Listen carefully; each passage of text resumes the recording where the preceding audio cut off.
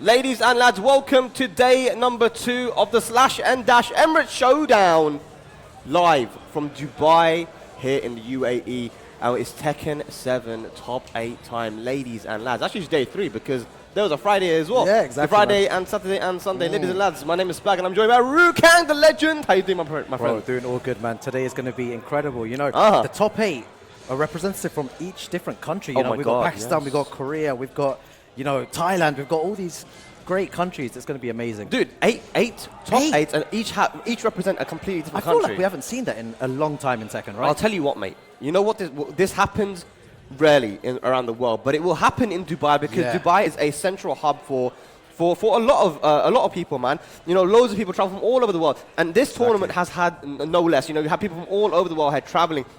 As you can see right now on screen, ladies and lads, in this beautiful graphic, vSlash shout out. We have the semi-finals here for the winner's side. Who have you got, Rukang? Super Akuma versus Ryef. Oh my god, that's going to be incredible. You know, Super Akuma hasn't been playing too well recently, but he's got his mojo on now. He's playing really, really well, and he's determined to win this whole tournament. And then a Waste Honey versus Tibetano. You know, the Spanish #1. You know, I said it here first, Tibetano is one of the best players in Spain for sure. Yeah, 100%, man. I agree with you, man. And, you know, in the loser side, we got Kokoma, we got Book, we have Sephi Black. And, I forgot the other. Who's the last guy? Who's the last guy? Yords from the UAE. Yeah. But look, this is a run back, ladies and lads. Here we go. We're getting into our first match. This is a run back from Versus Fighting 2021. Wait, was it the last 2022? 2022, I think. Yes, last year. So last year, these guys actually played, and it was a very close match, but Rife actually lost. So, you know, this is the run back now. Can Rife win it this time? It was apparently really, really close. But Rife, man, the way he beat Sephi Black yesterday was kind of, you know, quite convincing. He's playing good. Top 8 Tekken World Tour finalist as well. Let's go. You're right. Super, super convincing. His Jin is one of the best in the world, you know. Both of them just starting out here. Very, very safe, you know. Jabs, down back 4. Oh, down 4 by Super Akuma. When it comes to Akuma, Rukang, what are the things you want to be looking out for, man, in this matchup? Oh my god, you know what? The way that I lost yesterday, just down 3, down 3, down 3. You know, the Akuma will use that down 3 at some point, so you need to be ready and that down 2 as well. Yeah, definitely. There's a lot of moves low parry, a ton of damage, man. Oh, he goes for the Raging Demon in the jump back. Nice punish! I'm pretty sure he can break that stun. He didn't break it. I think he can, but the crowd goes wild, you know, the Saudi players all supporting their boy here. Yeah, and there we go, instantly going in with the 1-1. It's a really good option there from Super Akuma because he knows that, you know, Jin doesn't have a lot of high crushing options. So going for that jab counter hit, beautiful, beautiful stuff there. Man, I got chills, you know, when Rife won that first round, man. That was so sick. I think the crowd did as well. Look at this, going for the lows, man. Protect your legs, my friend. Bro, Super Akuma, you're getting a lot of mileage, you know, throwing out those lows, those down jabs as well. Absolutely incredible. Protect your legs, my friend. Yeah, exactly. Oi. All right, forward 4-2, very nice. You know, keeping it safe again. Yep, there's that jab again. Nice parry. And that's one thing you got to watch out for Rife. Oh my god, was that punish? God. Yeah, huge damage. It's going to take him all the way to the wall here as well. 10 frame punish, by the way, Rukang. Yeah, we don't talk about those, right? 10 frame punishes, bro. Nice forward 4 there. Oh, yeah.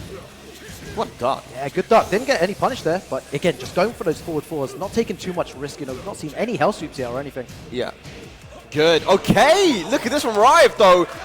Taking his turn at the right time and just catching Super Akuma from either moving or pressing buttons, but again, persistent with those lows. Yeah, 1 round away from taking this first game here. Rife.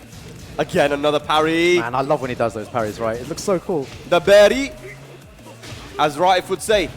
Okay! Oh my god. Oh, the damage! Ooh. Is this going to be dead, Spag? Tell me. I think it's dead. I think it's dead, man. Surely he's dead. Not dead. Come on. Oh, yeah. Oh, hang on a second. God. All right. Here we go. We got Daniel Mado low parries here. Hang on a second. Hey, oh, he dropped it. Nice. Very, very good there. Final round. First game here. Rife, who's taking it? Okay, Tatsu. Yep, good stuff there. Again, all the way to the wall here. Dangerous position, building up that 1 bar. Luckily for Rife, though, it is a side wall because this wall is kind of weird. Oh my god, it completely whiffs. Look at that combo, though. I'm stealing that, man. That was sick. Can's re-wall splat. Love it. Okay, here we go. Super Akuma now trying to fight back from this life deficit. Look at that, just down forward. Oh my god, nice forward 4 there. Super scary for Super Akuma. Doesn't want to make any mistakes, but he has that 1 bar of meter. And we see Rife just dancing outside of that clean hit range. Oh my god, this is super tense. 30 seconds gone already. And that was maximum clean hit range there for Super Akuma. Gets it down 3. That's going to go to the wall now. Big damage incoming. Oh, Kizemi rage available. Oh my god. Hang on a second. Good sidestep. My god, we're so close. Oh, no way.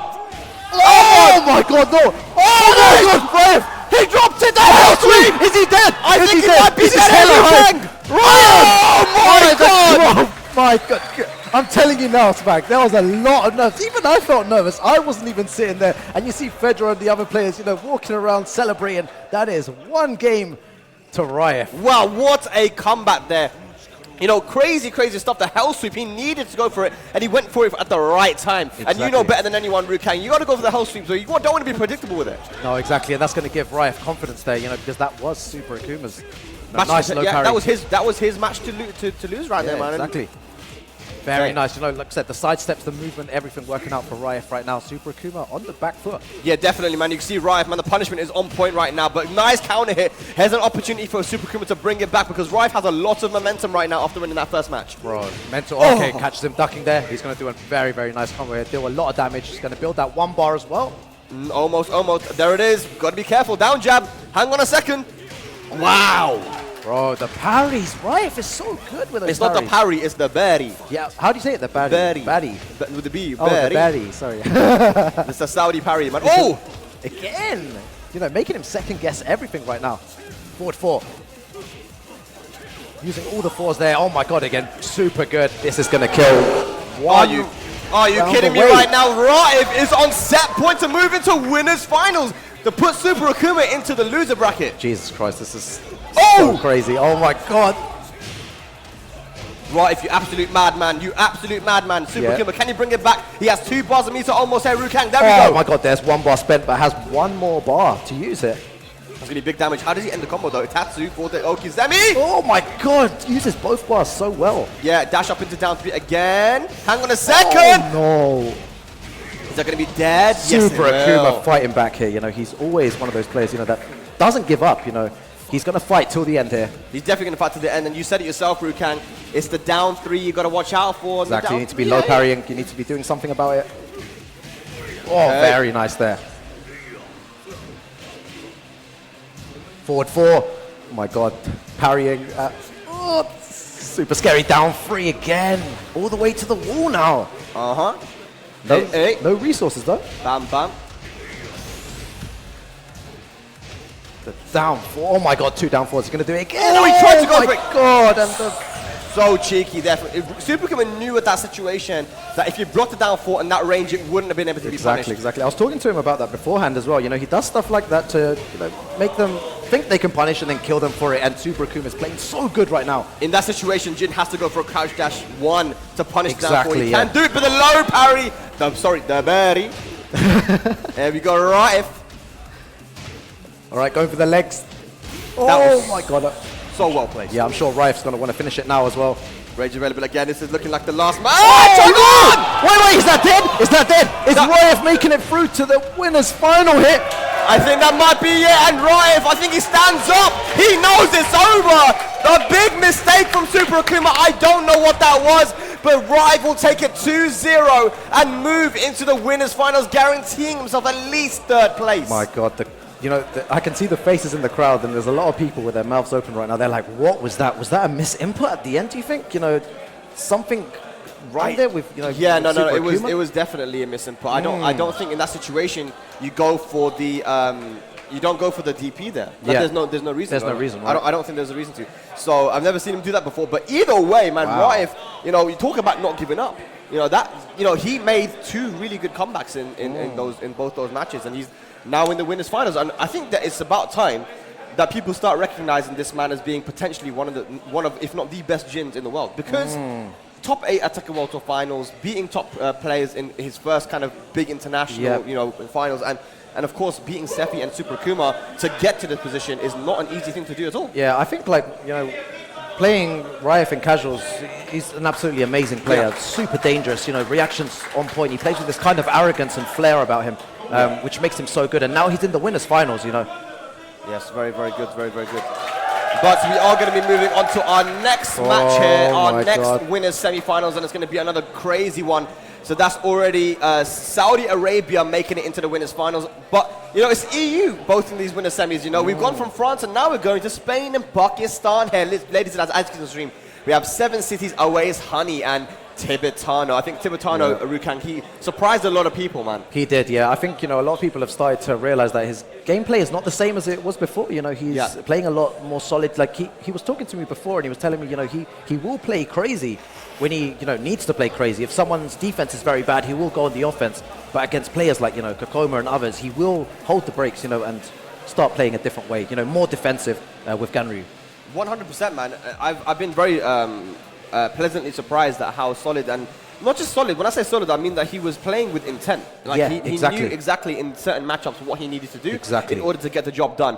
And he got the job done against one of the best Pakistani Akumas already. Kashi Snake is not a representative in this top 8, right? Tibetano was the one who put him into losers, but having played both Awais Honey and Kashi Snake, I can tell you Awais is a different type of Akuma. Yeah, I think he had many Akumas as well. He had another player called, it started with Ayo as well, I think. I'm not too sure, but another Akuma player like in round 1 or round 2. So, he's played a fair bit of Akuma. He's had a bit of practice. He's done his research now. But let's see if he can beat Awais Honey. Like you said, he is another type of monster, completely different, to any Akuma that he's played. He's collecting the kills, man. Yeah, exactly. He's already taken out Super Akuma in tournament before at the mix. He took out Kashi Snake, and now he's looking to take out Awais Honey as well. I mean, that would be crazy. What a run Tibetano would have had then. Take it to get to top 8, and he had to take out so many strong players. And now he took out Kashi Snake and Kokoma. Bro, it's already been a crazy run. He's a monstrous player. I think people need to realize that this is one of the top players in Spain. Yeah. So yeah, it's going to be an incredible match to see. Like, can he hold his ground against Awais Honey? What I like about Tibetano as well is that X factor, man. It's that you just don't know sometimes what you're going to get with him. He's so unpredictable sometimes, and it's fun to watch. It's fun to watch. Yeah, it's going to be a good one. They're going straight into it. I'm assuming we're going to see the Akuma and the Ganryu here. Here we go. It is. Abandoned Temple. One thing we've got to watch out for as well. One thing that Awais Honey will have to watch out for is not to jump too much. He's not really a jumping Akuma. But if you do jump, then the sidestep into the 2-1-2, as we saw yesterday versus Kashi, is something that can be very, very dangerous for the Akuma. But let's see how Tibetano can break this one down. Can Awais Honey return to greatness? We haven't seen him in these top 8. We haven't seen him winning tournaments recently. Can he do it here? Rukang, let's see. Oh my God, yeah. This is the only Spanish player here in attendance as well, Spag. Yeah. And, I know there's a lot of Pakistani players, spectators in the crowd. They'll be supporting their boy all the way here. I see the Pakistani flag in the crowd. They've got the big, the large they've one. got it, Yeah. Nice. Let's go. Started from a few fireballs. All right, the down three's coming out straight away, and that is such a quick round, 22nd round there. Woo! Wow, they're cheering every round there. Yeah. Okay, punish that. Nice. Perfect punish. Oh, okay, going for a DP. Nice punish with the down forward too. I wonder if he could have got more there though, with the down onto the DP. Yeah, probably. As long as he gets the wall here, going to do a nice bit. Still a ton of damage, isn't it? Okay, I like this movement from Tibetano. Just trying to backdash so he doesn't get hit by the down threes, and there it is once again. It wasn't actually a clean hit that time. Nice anti-air! Yeah, we see him do that before as well. Tibetano very good with the anti-airs. Nice. Okay. Very good. I love that. I love hearing the crowd. Tibetano, some people supporting him in the crowd as well. 100%, yeah. Very good. Oh, messes up the combo there though.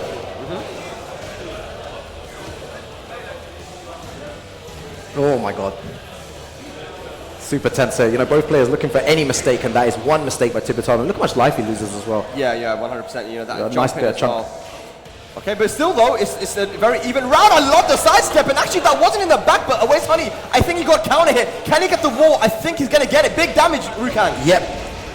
What's he going to do here? Yeah, goes for the low in that situation. Very good. Tibetano on point today. Hang on a second, Rukang. This is crazy, man. If Tibetano manages to get to winners final, that's a really good start by him as well. Dude, down 4-2 whiff into down 4-2. Tibetano. Here we go. Big damage. Ganryu finishing the string. I think he could have got more there. That's more punishable. Not sure why he didn't use his meter there as well, to maybe combo. But yeah. Oh! The soul topper!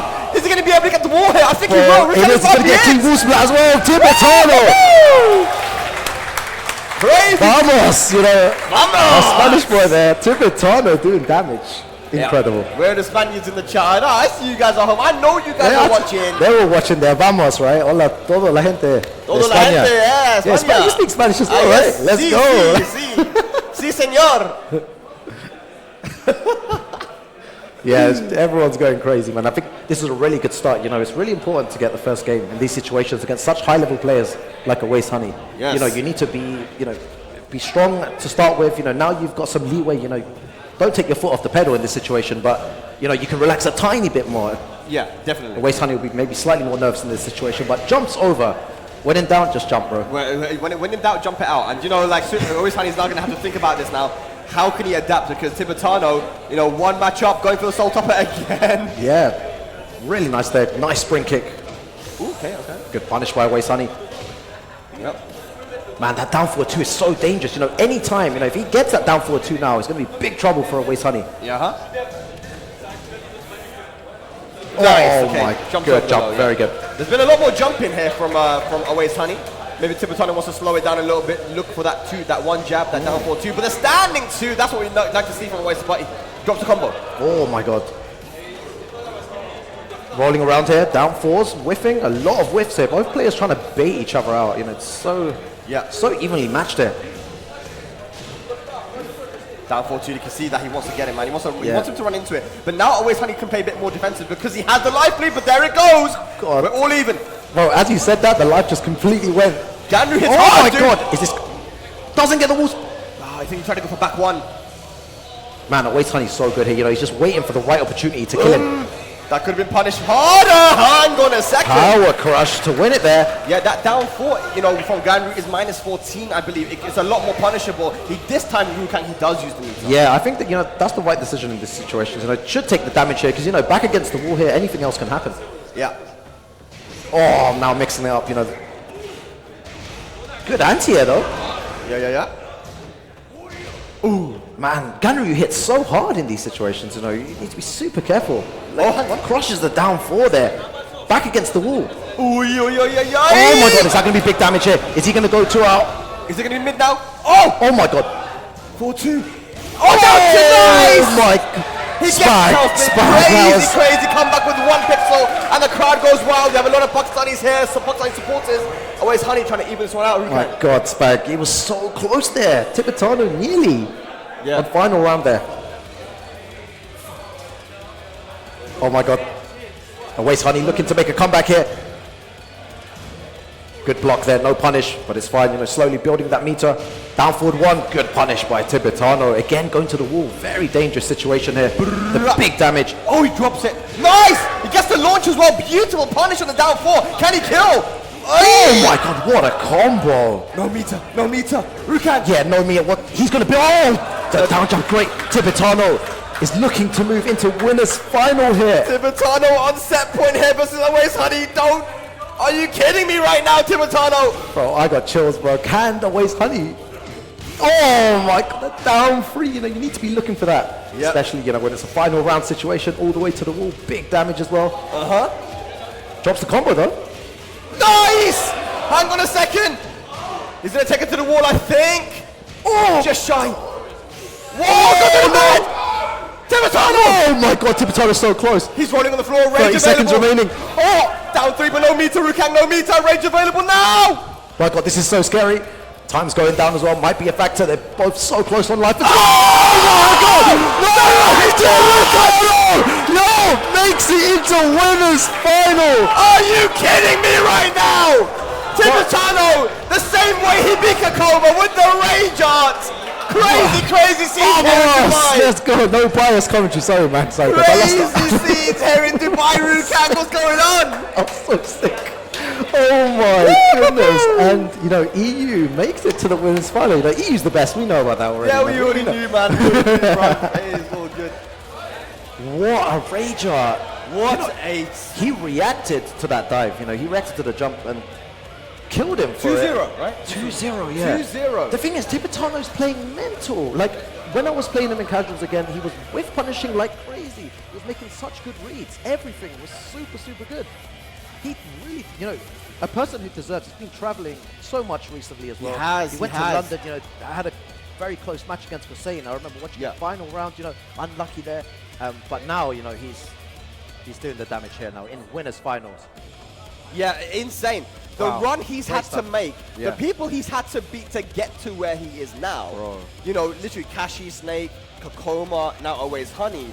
I mean, he is taking out killers. He's taking out the world's best. He's letting people know that I'm here, Spain is here, EU is here to do some damage. Now he's going to be going up against Raif later on in the winners semi. That's going to be the winners finals. That will be first to 3 later on. But you know, I think now we are going to be moving into the loser bracket. But holy cow, what a set! I think Tibetano as well guarantees himself 150 points. I think, isn't it? 100. 100 points. Yes. Right. Nice, nice. That's a lot of points, dude. Yeah, a lot of points to to get for the Tekken World Tour. We've got our next match now. Yeah, our next match. We're going into the loser side now. So on the loser side, we do have Sephi Black and Book, but we also have Yords Versus going Kokoma, against yeah. Kokoma. Now we were talking to Kokoma yesterday. Last night, you know, we were chilling. You know, you've got to chill when you're in Dubai, bro. You know what I'm saying? It's a beautiful city. You know what I'm saying? But we were talking to Kokoma, and he said, "Look, I have a lot of experience against the Ling. We have a lot of Lings in Korea, and you know, he thinks that his characters do well against, you know, the Ling matchup, right? If you think about, you know, he uses Fang, he uses Zafina, he used Zafina earlier, right? This weekend, and it's true. I think that Zafina, for example, the down forward one alone, because it has tracking to sidestep right, you know, it beats AOP, it beats sidestep right AOP.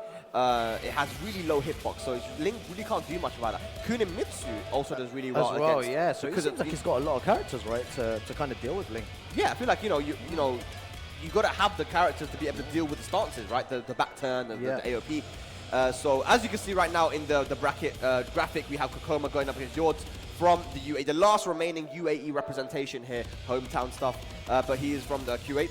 And yeah, Q8 versus Korea is going to be a good one. And then Sephi Black and Book. We'll talk about that one when we get there. But that's going to be a big one. That's going to be mad as well. That's going to be a big one. Both of them, I think, top 8 at Combo Breaker as well, right? Yes. So, you know, we've got a lot to talk about later on today for sure. 100%, man. This is high-level stuff at the moment, man. But who would have thought Raif and Tibetano in the winners finals? Bro, this tournament was hella stacked, man. There were so many, like, you know, strong players here. But you're right. If you place the bet, would you have bet, like, you know, Tibetano and I saw Raif? someone join the stream say this is going to be free for Book. But he didn't realize the Book was in losers. Bro, I've been seeing so much stuff. I watched some stuff yesterday. I've been seeing the chat, you know, like yesterday I was like, what are these guys saying? Bro, I'll be honest, this is free for Book, sometimes this is free for Kokoma. What am I reading? Like, sometimes the chat is clever. Sometimes they have a brain, right? Yeah. I saw some people yesterday. A few of you guys will say some mad stuff. Hey, some madness in there, man. Never underestimate people, not in 2023. You cannot do this. Yes, people are playing very strong now all around the world. Oh my god, and when Tekken 8 comes out, Spag, then it's a, you know, then it's on. Different. Then it's on, you know, equal playing field. Yes. Who is the best? Who's the best?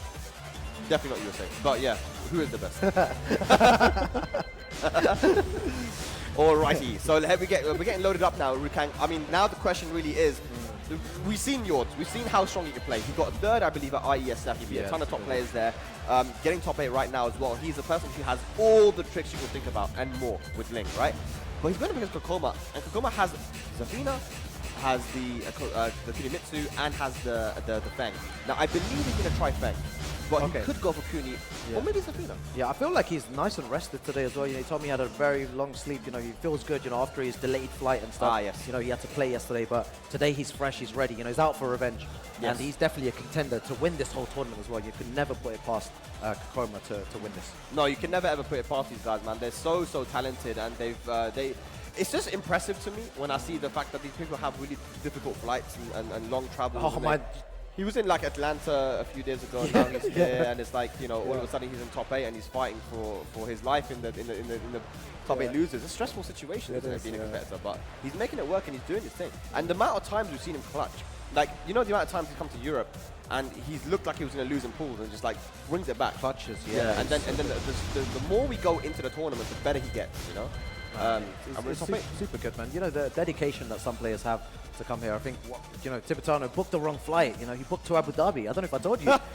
he booked it to Abu Dhabi instead of... He thought Tom was here. Abu Dhabi, yes. He booked it to there. And so what happened is he had to take a... You don't know the, do you know the story? I don't know. He went to... But I know they had to go to... He went to Rome first, from Spain to Rome, and then from Rome to Abu Dhabi, and then a 3-hour bus to Dubai. Oh my Imagine the God, travel, dude. 24 hours traveling. You know, it's incredible. I feel like people who have these long travels, They just do play good, right? better. Yeah, well, because they're like, I've had a long travel. I don't care now. I'm gonna beat everyone. You know? They like, you know, surpass a level, and it's like, you know, beyond, you know, being tired. Yeah. To God mode, and that's them, you know, playing now. Man. It's like the best example was Arslan, right? Like how he had a terrible journey Yeah, to didn't even he? Japan Yeah. when he started. And I remember listening to him, and he was saying that when he lost to Boa Love in the winner's side, he goes, I'm like, he got kind of like angry. He's like, I'm gonna win now. I'm not losing to anyone now. Yeah. I've had a long journey here. Everyone that plays me now is gonna lose. I'm gonna destroy them. Yeah. I'm gonna destroy them. So good. That's a really, because some people when He they had go, delayed flights as well, like you said, delayed and cancelled flights, didn't he? Who did? Arslan Ash. yeah, it was like what, like because he had to go to, there was no direct flight to at that point. And he had to like people- he had to go somewhere else first in order to get to. and then there was visa issues and stuff. But the thing Okay, is that yeah. there was no direct flight to Fukuoka because that's where Eva Chan used to be. Now it's in Tokyo. I think it's in Tokyo now. Yeah. So it's a bit easier. But yeah, man. I mean, cool stuff. The history. Tekken 7's been amazing. It's dude. been so and good, it's man. apparently it's, yesterday was its sixth birthday. Yeah, it was. Yeah, I saw Or that was on it Twitter. today? No, I think yesterday. You're right. I think I saw that on Twitter yesterday. yeah. Yeah, that it was the 6th birthday. You know, crazy how this game's been out for so long. Well, happy birthday to Tekken 7, and of course, what a game we have for you, what a tournament we have for you for the birthday, and we are going for the Feng, and it's going to be on the Forgotten Realm as well, which Yords likes to go to quite a lot here, Rukan. Yeah, exactly. Yeah, he gets his, you know, his stage choice is going to be crazy. The crowd is going to be even louder now, I'm sure. All right. UAE Kuwait versus Korea.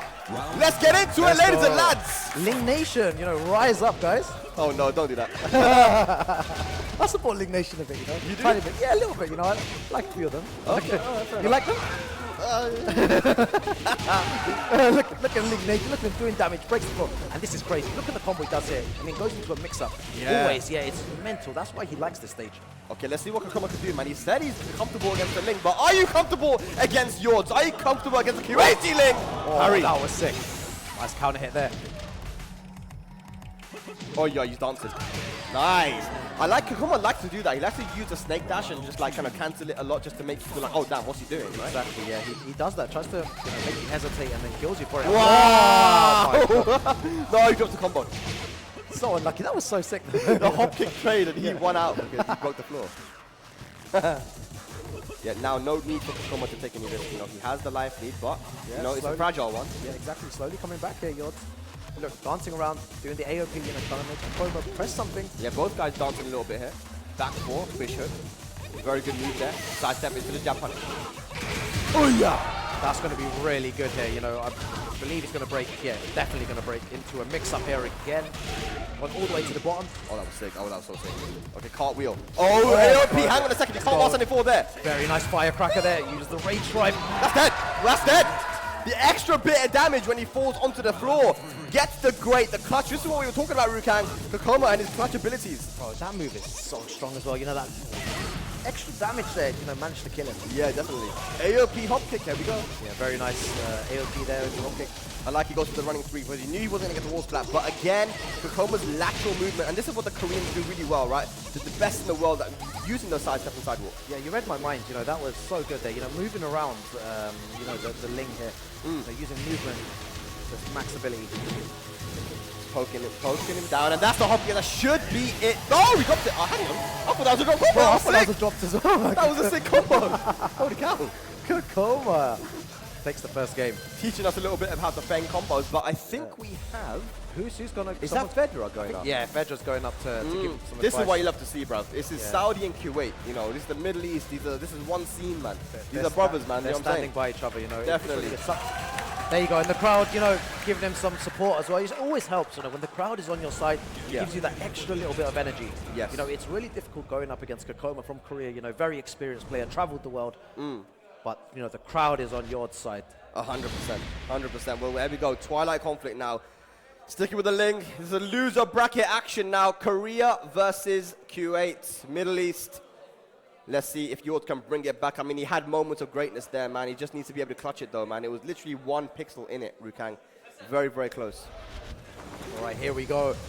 Yords needs to fight back now. Needs to do something. All right. Again, Ling Nation, do your thing, bro. Right, we see a lot of sidestep left against the Ling there from Tacoma, so let's see if Yord can deal with that. That's going to be a clean wall flat. Very good there. Big damage, half bar already. Big life lead. Oy, oy, oy. Again, we see the sidewalk left. Read my mind, man. The movement so good here.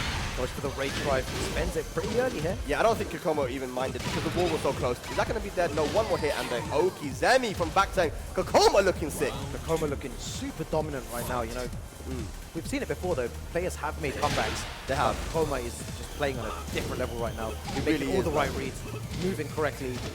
Hop kicks landing all the time as well. 3 out of 3 hop kicks. Not scared as well. I don't think can Ling even punish. Can Ling launch you down like 3? Good question. And maybe again, hop kick. the movement there. Really nice there. 4 out of 4 hop Wow, kicks. 5 out yes. of 5 hop kicks. Like, Very good. Yeah, he knew always that. Working out. He knew that Yord wanted to go for a AOP mix-up. Oh my god, beginning of a comeback here. Oh, you got to do more than that. Come on. He's got rage though. He's got rage. He does. He's dancing. He's dancing. Hang on a second. Oh! Hang on a second. Rage Drop. up. Nice. Is that dead? I mean, that's dead. While standing 2 counter hit, 13 frame cannon launcher. Beautiful comeback from Yords. And this is how the game changes. You know, one round sometimes is enough to give the other player, you know, confidence here. So Yords, again, you know, starts with the launcher. Really good stuff. Gonna go downstairs here as well. He didn't go downstairs. He wanted to keep the wall. And I agree with that sometimes. But now Kokomo has the wall. And he that's breaks the it. thing. Yeah. So this is the problem sometimes as well. If you don't break the wall, you know, the opponent then uses it, puts you in a very bad situation. I love the combo as well, man. Then dash into the down forward 4-3. Hang on a second. AOP. Jab. Yeah. Poking him out. Doing what Feng does best. Staying in your face. Poking away. Oh my god. Yeah, he's got rage as well. Nice. He tried to end that, but Kokomo now moves on to set point. Yord's final opportunity to bring out something. 1 round away here. Okay. Look at the sidestepping here. Oh. Kokomo. Oh my god, that. You know, we forget that he has that sometimes. You know, I think some players have stopped using that. You know, especially me wasn't using that at all. Yeah. You know, I think that's like one of the first times he's used it as well. Oh, and that's not going to be it. One more hit and the 7 golden letters to close it out. Beautiful stuff there from Kokomo. Yords, though, a top 8 finish for him at Slash and Dash Emirates Showdown. That's nothing to be upset about, but hey, Kokomo, too good on the day. Yeah, very good stuff there. You know, Yords played super good though. You know, nothing to be ashamed of there. 7th place here. Yeah. Slash and Dash, like you said. Oh, and now. Yeah, now is a massive match. This is a match that which could have been potential grand finals. Sephi Black and Book. Yes. Man, who takes this for you? You know, it's a tough one to call. Both players, I feel like, are playing at their prime. They're playing super strong. Reactions on point, decision making on point. Everything seems to be on point between these 2 players. Both of these players have had a similar issue in that for a period of time a couple of years ago, they were being very inconsistent. They would have moments where they looked like they were unbeatable, and then most of the time they looked like they didn't know what they wanted to do. They weren't placing well. Nobody was talking about them. Sephi Black then came out and started to just perform so consistently. He changed his playstyle up a little bit, training with the German guys, training with the Europeans. And now he's just looking very, very consistent. One of the best players in the world. Book, literally the same thing, right? So now they're both going up against each other. And the thing is, Sephi Black, in order to get to this position, had to beat Daniel Mardo. And he's already beaten 1 top Jin player. But Book, he's a different Jin. Let's see how he can deal with this one. Bro, do you know what? So many Jin players, bro. I was just thinking Book, Daniel Mardo, Ryan. Right, you know, a lot of you know, Jin players coming out. We never used to see Jin as much before, but it seems like, you know, they've all gotten a grasp on their character. You know, I think Book before as well using a lot of Lydia. Yeah. Didn't he use Leroy at one point as well? Yeah. I think So yeah, no, it's good to see Devil Jin, blah blah blah. Devil Jin, yeah. So ton of characters. It's really good to you know see Jin, a super high character. It's good that they're sticking with the character. Exactly, that is their main character. You know. The specialists, man, this is the time for specialists to shine. Because you know what, like, at the end of the day, this game has been out for 6 years now, and these guys have had a lot of opportunity to, like, you know, refine their game. Exactly, yeah. Question is, though, what are we going to get here? I believe it will be the Jin from Book. I know from Sephi it will be nothing but that Miguel. Yeah. So are we going to see a Jin versus Miguel, or Lydia versus Miguel potentially?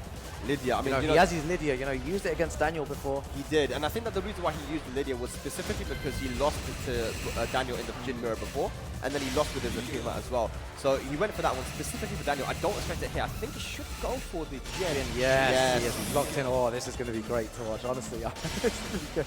All right, here we go. The fist bumps have been done. Let's get into it. Sephi Black from Germany versus Thailand's Book. It's EU versus Southeast Asia here for top 8 losers side at Slash and Dash Emirates Showdown. Miguel versus Jin. Oh my God, this is, like I said, this is going to be so good. I'm super excited to see this, this match.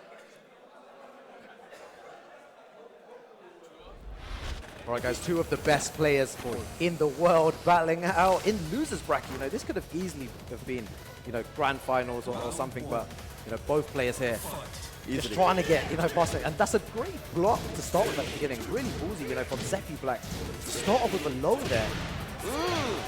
Very nice down here. Yeah, that's what the Jin's going to have to watch out for. Book isn't the type of person to use a lot of parry like Raif does. It's more just kind of fundamental. He tried to use it there. He tried. But, you know, you kind of have to, right? But still, he doesn't use it as much as Raif, so you have to watch out. Oh, he's going to get a whip. Oh, no. Uses the rage strike. Jab, I like it. Good throw break there. Oh my God, big whiff there. Nice. He tried to go for the Sabaki. That's not going to work. Sefi Black, he realizes that versus Jin, you know, you have to make sure that your timing, it's all about timing here. Using the magic ball, using the jab, just to stop the pressure, because a lot of Jin's pokes and a lot of the pressure does not high crush, as you can see there again. Very nice forward 4 counter hit there, all the way to the wall. This is a battle of timing right now, and Book got the timing with the forward 4, catches him ducking with the axe kick, and that is going to be the round 1, round apiece first game. He does a lot of axe kick, you know, Book. You know, he tries to catch you ducking, and then, you know, when he has a read, he's like, okay, this is the time we're going to go for the hell sweep. Yeah. Great low parry to start off, and Jin, you know, wall carry is great, man. All the way to the wall there. Yeah. Nice damage. You didn't even have to go for the maximum wall carry. This is a bit of a smaller stage as well here with the Dragon's Nest. Let's go, and a lot of jab pressure. Book, he has a massive life lead. Oh my God, just going for lows here. Oh, down forward 1 there, really good stuff. Doesn't need to take any risk. This is the time where you just need to use a single jab, it trades, and you win. There you go. You know, Book realizes versus Sefi Black, you know, you've got to get a life lead early on, because Sefi, when he goes into defense mode, is super annoying to play against, and that is going to give him the life lead there with the electric. All right. Good stuff there. I think Sefi Black doesn't want to come 7th again. I think he got 7th at mix-up, is it? 7th at combo break. Yeah. just missed the number 7 at the moment. But this is a challenger event routine, so there's a lot of points on the line. Definitely, yeah. He's already got 2 masters in the bank. All right, Sefi Black fighting back here. Very nice. Going to get some guaranteed damage after that. Oh, that was sick. The lows, nice sidestep duck. You know, I respect that, you know, get the damage in, you notice the wall was just there. Probably wouldn't have got as much. Very nice damage, you know. Yeah, mix-up situation here. Oh, back to 1. Oh my God, this is so scary. Oh, nice down forward 1 there. A little bit of timing as well. The tiny delay, the catch and sidestep 2. So, yeah, Book on the board 1-0. Loses side top 8. I think this is what you were talking about as well, Spike. You know, the timing there was super important. You know, a slight delay on the down forward 1 was enough to, you know, take that round, take that game as well. It was. Yeah, so good stuff there from Book with the clutch. You know, that, again, it's the low parry. So what he did in that situation against Miguel, when you want to beat his Savage stance, a lot of the options lose when you do sidestep left and duck. It does lose to Savage too, and there is a homing move as well, but Book's sidestep and duck has been very good here. Yeah, so good. This time, unfortunately, no one there to coach him. Us two are more for commentary. There isn't anyone else there. You know, there's no Germans there, unfortunately, but you know he's a clever guy. He's got a lot to think about. What's interesting is that he hasn't gone for infinite stage here. Yeah, he usually likes going for the infinite, but maybe in this situation he thinks that, you know, the wars would be better, you know, for him. Yeah. Well, let's see what he can do here. Can he bring it back? Sefi Black versus Book. All right, again, starting off with a low, you know, super interesting to see Sefi Black, you know, going for lows, counting it for, oh my, he's going to get a pickup? No, almost. He tried it, man. He tried it. And the axe kick again, catching Sefi Black with the backdash duck, and it's going to be a full wall combo, big damage. Very nice there. It's going to be very difficult to come back here. Yeah, I know. Book again, just super safe, you know, I think. When closing out rounds, he's very good. Yep. Yeah, Sefi Black knew he needed to get a counter here. Sefi is not like, Miguel's not the type of character to have a health sweep where he can kind of do big damage from 50s. You need a counter here, so you need to get into Savage stance, and that is one counter there we can. Yeah, that's really good again for the wall, big damage. What's the pressure, like spring kick as well? You know, people talk about how, you know, dangerous and risky spring kicks are, but, you know, Book doing it at the right time there.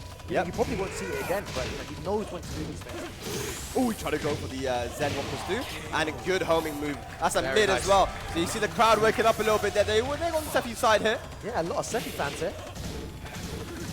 There's a good chapter. Be careful, be careful. Man, that forward 4, and like, you know, just all the 4s, bro. Forward 4, standing 4, you know, down 4. But it's Book who's managing to get all the counter hits right now in this set. try to go for the random hop kick, but not going to work. And Book now moves on to set point. He's playing crazy routine. Yeah, you know what? I believe in Seffi Black, though. You know, he is a world-class player. Do not counting him out right now. Do not count him out for sure. He needs to start whip punishing, though. He needs to start getting these counter hits. Can he change up the timing? Seffi Black. There we go. Nice sidestep. Small punish. Very nice. He's using a lot of mids now. And he's maybe scared of the low parry. But Book ducking at the right time. Nice magic 4, but then they get the combo. Oh my god, that's really nice sidestep. Gets nice damage as well. 1 pixel away. Oh, the hell sweep! He always does that, just going for the hell sweep in those clutch situations then. Yeah, you don't expect it. Oh my god, I'm bored. Are you kidding me? Thailand, Talent Book taking it 2-0 over Seffi Black. Seffi Black with another 7th place finish in a Tekken World Tour official event. But Book will move on. His dream stays alive. And that was crazy, as you said. He doesn't go for hell sweep at all during the set, but in those clutch moments where he knows he's conditioned, he's not to doubt, he'll go for it. It was incredible. But Seffi Black, big shouts to him. He played incredibly well. Such a great guy, great Tekken player as well. 100%. One of the best in the world for sure. One of the best in the world for sure, man. So yeah, he gets into the points. 7th. I don't know how many points you get for 7th in a challenger event, but it's going to definitely add towards. He's in the top 20.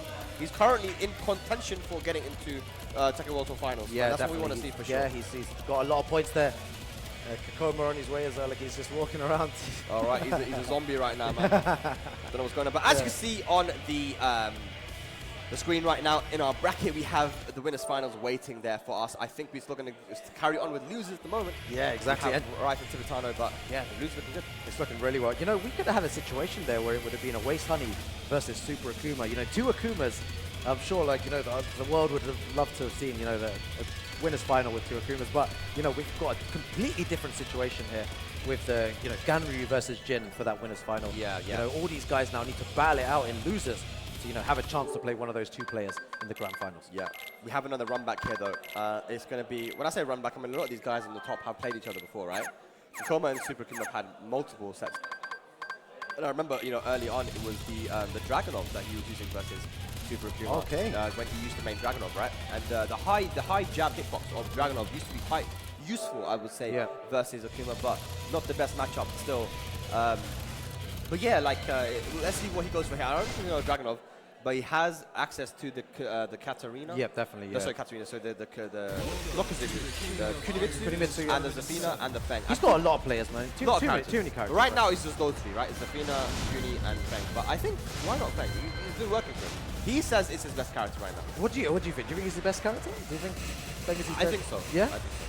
He plays, the way that he pressures his opponent as well is very, very, really good. Like you said, with the snake dashes and stuff. Snake dashes. He always makes them panic, And so, might go for the Feng in this situation. I don't know what the matchup is like with Feng and Akuma, but I feel like when it comes to people like Joker and Lee, they're more Joker use Heihachi against. He does, right? Yeah. But when it comes to the Fangs of Joker and Lee, they're a lot more defensive. They will use moves like forward 4, back tempo, and just try to play jab and movement. Whereas I think Kakoma's a lot more comfortable just being in your face, nate dashing, and trying to just pressure you. Yeah. I don't know if we're going to get a lot of that here. You don't want to be really dashing in Akuma's face, do you? But let's see what we get, ladies and lads. It's Korea versus France. Here we go. Kakoma and Super Akuma. Who's going to take it? Man, this is going to be super interesting. Every single match in this top 8 has been really, really good here. Yeah, the hype has been real. Super Akuma, been playing well this whole weekend. Let's see if he can go one further here. But he needs to get through Kakoma first. He does. Right, very calm there. Very, both players just spacing out. No major risk being taken. Super Akuma is used to jump. Oh, there we go. Big jump there.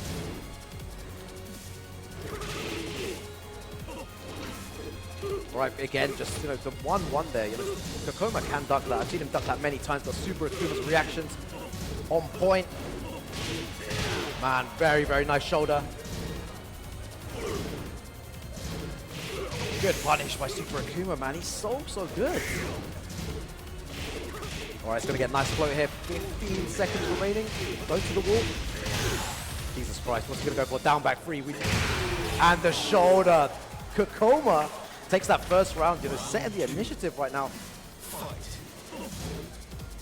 Like Kakoma moving correctly here, moving to the left side to try and evade, some of the down 4 maybe needs to attack more, lows. There you go. 2 lows in a row, 3 lows in a row. Right, Kakoma ducks that time as well. So unlucky. Down forward 1, okay.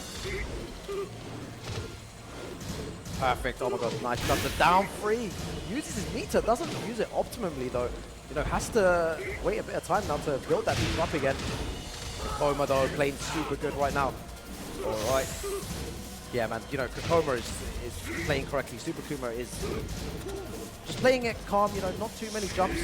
Oh. Big wrist there. Has access to that rage drive, and that is such a good block. In that situation, sometimes you do need to duck, man. Yeah, because even though he has the rage drive, players threaten with the rage drive and just spam lows in those situations. Yeah. But that was such a good read. And you went for the maximum punish, even though you have to, right? You went for the wild side in 2. Yeah. Just to let him know that, hey, you know what? You can't get these lows for free against me. Yeah. We're still going for it, man. I like the persistence. So good there. And free again, not deterred. 100%, man. It's a very good move, man. It tracks both ways. It does a ton of damage to counter hit, but he's got the wall pressure now. Here we go, Rukan. Oh no. We're trying to move away from it. Nice! Oh my god, wow, yeah. Like you said, moves away from the wall there. Really, really important in Tekken. Don't have your back against the wall. If you have the chance, move out there, go back to overspeed, go back to neutral. Yeah, enough of a backdash there from Kakoma to get away from that clean hit, but we can see the meter. The meter is building up here for Super Akuma. Yeah, 2 bars of meter, God, you don't want to die with that. He's got 2 bars, you can do a lot of damage with this. 1 down 3. Oh, nice! You don't want to die with 2 bars of meter, Super Akuma, no! Is the EXDP going to come out? Oh, the EXDP, very nice. Still has 1 bar left. Back Kempo, this is looking bad for Super Akuma. He gets in, but all the meter is gone now. Oh, this is so cool. Oh, and yeah, again, Kakoma didn't need to take too much risk at the end there. Akuma, no bar, less scary, with the threat of the down 3, and then the extensions as well. So, good stuff by Kakoma to stay very calm in those situations there. Yeah, do a quick mid just to end it. Straight back into the rematch as well, because Super Akuma knows that this stage is good enough, man. I mean, you want walls if you are Akuma. You don't want to go to the infinite stage. So here we go. Can he bring it back? Manages to sidestep the down 4, but I think he just whiffed. Nice duck though, but yeah, gonna get that one. So good, man. Super Akuma ready. His reaction to the block punishment is still on point here. FF4. There we go.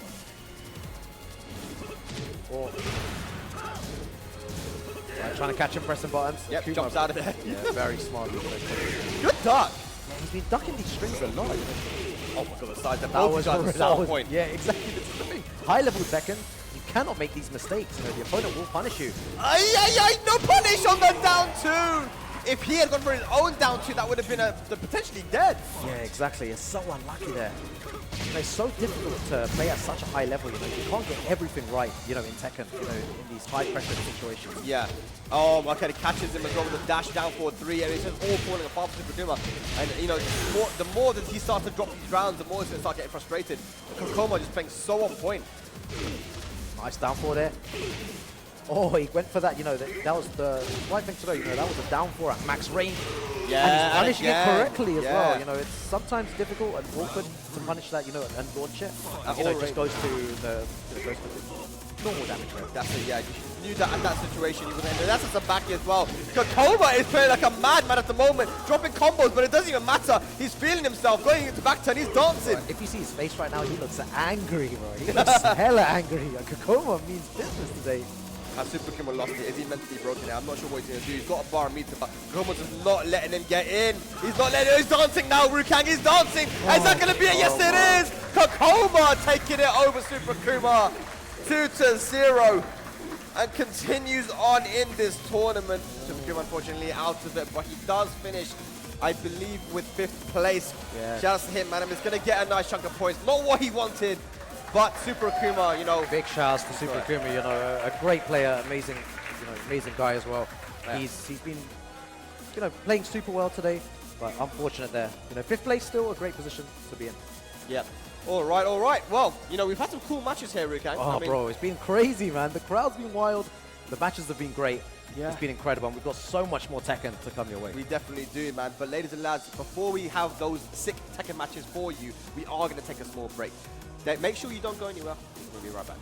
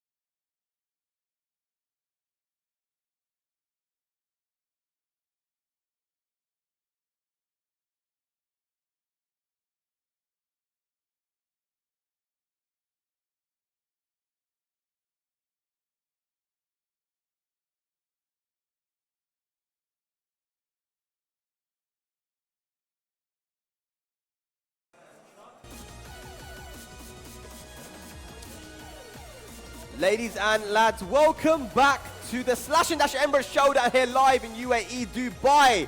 We're in top 8, day number 3. We've got a bit of a comm switch now. It's the double rip combination. It's Spag and Rip. How you doing, my friend? Great, man. The first 2 matches, top 8, were fantastic. Of course, you know, we got the top 8 with 8 players from 8 countries out here. Here is the bracket on the screen, of course. Rap, Tip, and Tom is going to be our winners final. They took out the Akuma players. Now the Akuma players are filling out the loser bracket. Super Akuma's out of here now. The Akuma took him 2-0, and now we get a Wise Honey and Book.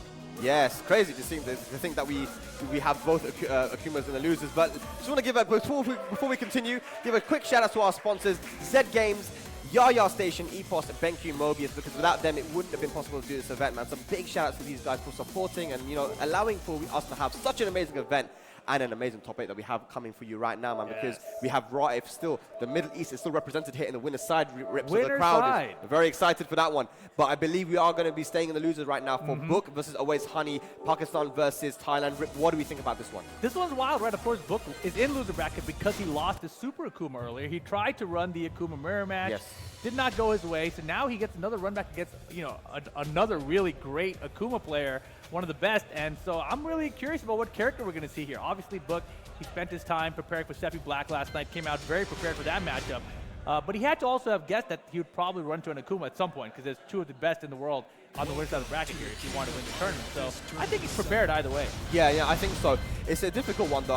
I'm very interested to find out what matchup he's going to go for here. Is it going to be the Jin?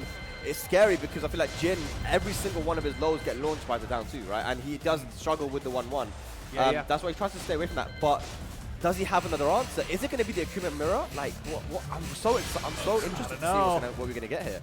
And Waste Honey, similar to Super Akuma, you know, they kind of fell off a little bit from what we expect from them to see in terms of results, right? So they're trying to get back to that top level where they're winning tournaments, right? So there is pressure on their shoulders.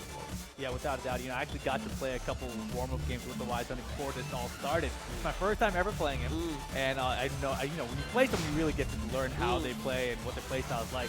He is so good at up-close spacing and whip punishment. Amazing. Like, I didn't recognize it.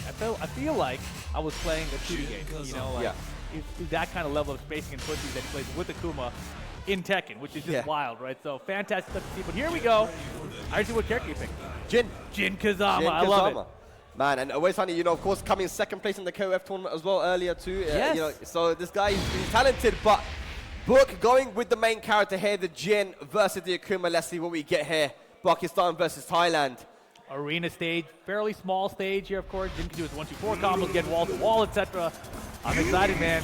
Balls in play. All right, here we go. Oh yeah, I like how he's gone to this costume now. Desert Jin now, yeah, this is him now. That's him. You get lost in the desert one day, and all of a sudden he's transformed. It's like, I am a Jin main. The power up. All right, let's go. Okay, down 3. Check for counters, right? He wants the down back 4, he wants the forward 4, not finding anything so far. And that's what he was doing so well against Seppi Black. He was just finding all of his timing, right? And you know, Jin is one of those characters that can, once he has your timing, the parries and the forward 4s are going to kill you. Oh yeah, for sure. And right now you see Wise Honey just poking him down. Yep. Book though with rage. You see the coming LLRK pressure? Oh, nice! Down 3. Beautifully placed there. Okay, we've got the crowd waking up. There's a big number of Pakistanis here in the crowd, and they brought the flag too. So last remaining Pakistani, only 2 came in. Yeah, very difficult tournament, obviously. So right now finds the counter hit. Yep. Tom's gonna get to the wall pretty easily here. Big damage as well. Didn't even need to use any meter. There it is. One more hit's gonna do it. Built the meter as well. Yeah, 2-1 check with the down forward 1. Look at something, but look at the duck on the high there and the punish. And Wise Honey on top of things. Yeah, he's ready for that, man. He's ready for those strings. Book, gonna have to be careful. It's so difficult, I recognize, playing against the Wise Honey once he has the life lead, because he will chill on you, right? He's waiting for you to whip. Yeah. But right now, Book has a good size life lead. This is a good lead for him. Yeah, but that meter though, man, just one hit could do it. One counter hit could do it. Oh boy. Is that gonna go to the wall? Of course it is, man. Big damage. Arena stage. Look at the damage. He's all caught up. He's got the lead back. Uh-oh. Punish. Nice. Counter. Here comes Book. I think that's gonna be the round. Nice Book with the counter hit, but again, Always Honey has the meter. One touch, and it could be dead. Wow, jumped over. Oh my god, he tried to lift him out of the air, I think, but man, ended up putting himself back turn. Taken against the wall. Nice adaptation of the combo. Uh-oh, down 3. Demon flip, flippy floppies. Oh! Beautiful whip punishment, standing 2. Sidewall step of Book again, way far behind here. I love the usage of up forward too as well. Has that inbuilt side step left. Good punishment, that match falls. One more hit, and a waste honey. Looking pretty comfortable there in that first match rip. Oh yeah, crowd loves it too, of course. Yeah, once he's got experience, he's going to take advantage of it there, and that was just, textbook gameplay there for Kuma from the frame data, etc. So, nicely done by Wise Honey. And now I'm curious about Book. Does he stick with Jin here? I don't know. I think he is, though. He is. I don't know if he wants to go for the Akuma mirror. After losing yesterday, as you mentioned, Rip, to Super Akuma in the mirror, I don't feel like he has the confidence in it at the moment. He still has the opportunity to go back to counter attack, but no, he's locked in with Mishima Dojo. What do you make of that decision? I think it's a good choice. If anything, I think the Akuma mirror match would have been a bad choice here. Obviously, Wise Honey has a lot of Akuma experience, right? From Pakistan, of course. So I think that this is a good choice. I was wondering if he was going to bring out the Lydia here. That was what I was really curious about. But sticking with Jin, good choice. You just got to adapt his gameplay to a Wise Honey's playstyle. Because I think the first time you play him, it kind of throws you off. You have to adjust to it. And first 2 is a very difficult process to do that against them, I think. Yeah, no, 100%. And I don't remember the last time or if they even played each other before in a tournament. I can't recall. Yeah, so away is Honey. Well, he looked comfortable there, Of course, we have Atif Bot, one of the best gym players in the world, So maybe he had a lot of experience against him, so he's been ducking these strings that you don't usually see people duck. But Book with an early life beat here with the combo. Yeah, big half-life bar lead. Book now, go for the pressure. Demon Paw is good. Wavy. Just bullying with the mid. Yeah, get out of my face, hop kick. Nice first round there for Book. You've got to let him know that, you're not going to be able to just dash in my face and do what you want to do, man. I'm ready to throw out these hop kicks. Yeah, and that's not really his play style either, right? He's really much better, I think, at stepping away from the opponent and playing keep out. Yeah. Like that. All right, good. Always Honey just poking away, trying to get his life lead. But the forward for counter hit. Finally, Book is getting the timing. Yeah, and honestly, that forward is going to be really useful here. Because a Wise Honey's play style is that keep out style, like you're going to find him by dashing in and letting him try to throw out a keep out attack with that forward for counter hit. Yeah. The only thing he's going to have to watch out for, of course, is the jump is nice low parry here from Book, though. We saw his low parries before a combo breaker. He's on point at those. Yeah, he definitely has those, man, and that's going to be big damage. Book is looking so good now. Rage available and some meter, but it's a pixel left. No. He tried to go for it. Yo, 2 rounds straight here for Book in game 2. Turning around, but as you mentioned, Wise Honey does have that meter. He does, man, but Book, I don't know what he's done, but he's like definitely switched it up. He's playing a little bit more aggressive, more confidently. I like it. The forward fours are just working, Rip. Good strategy here. It's actually the perfect tool, I was going to say, against him. Yeah, he has not been able to find the counter hits that he got in the first match.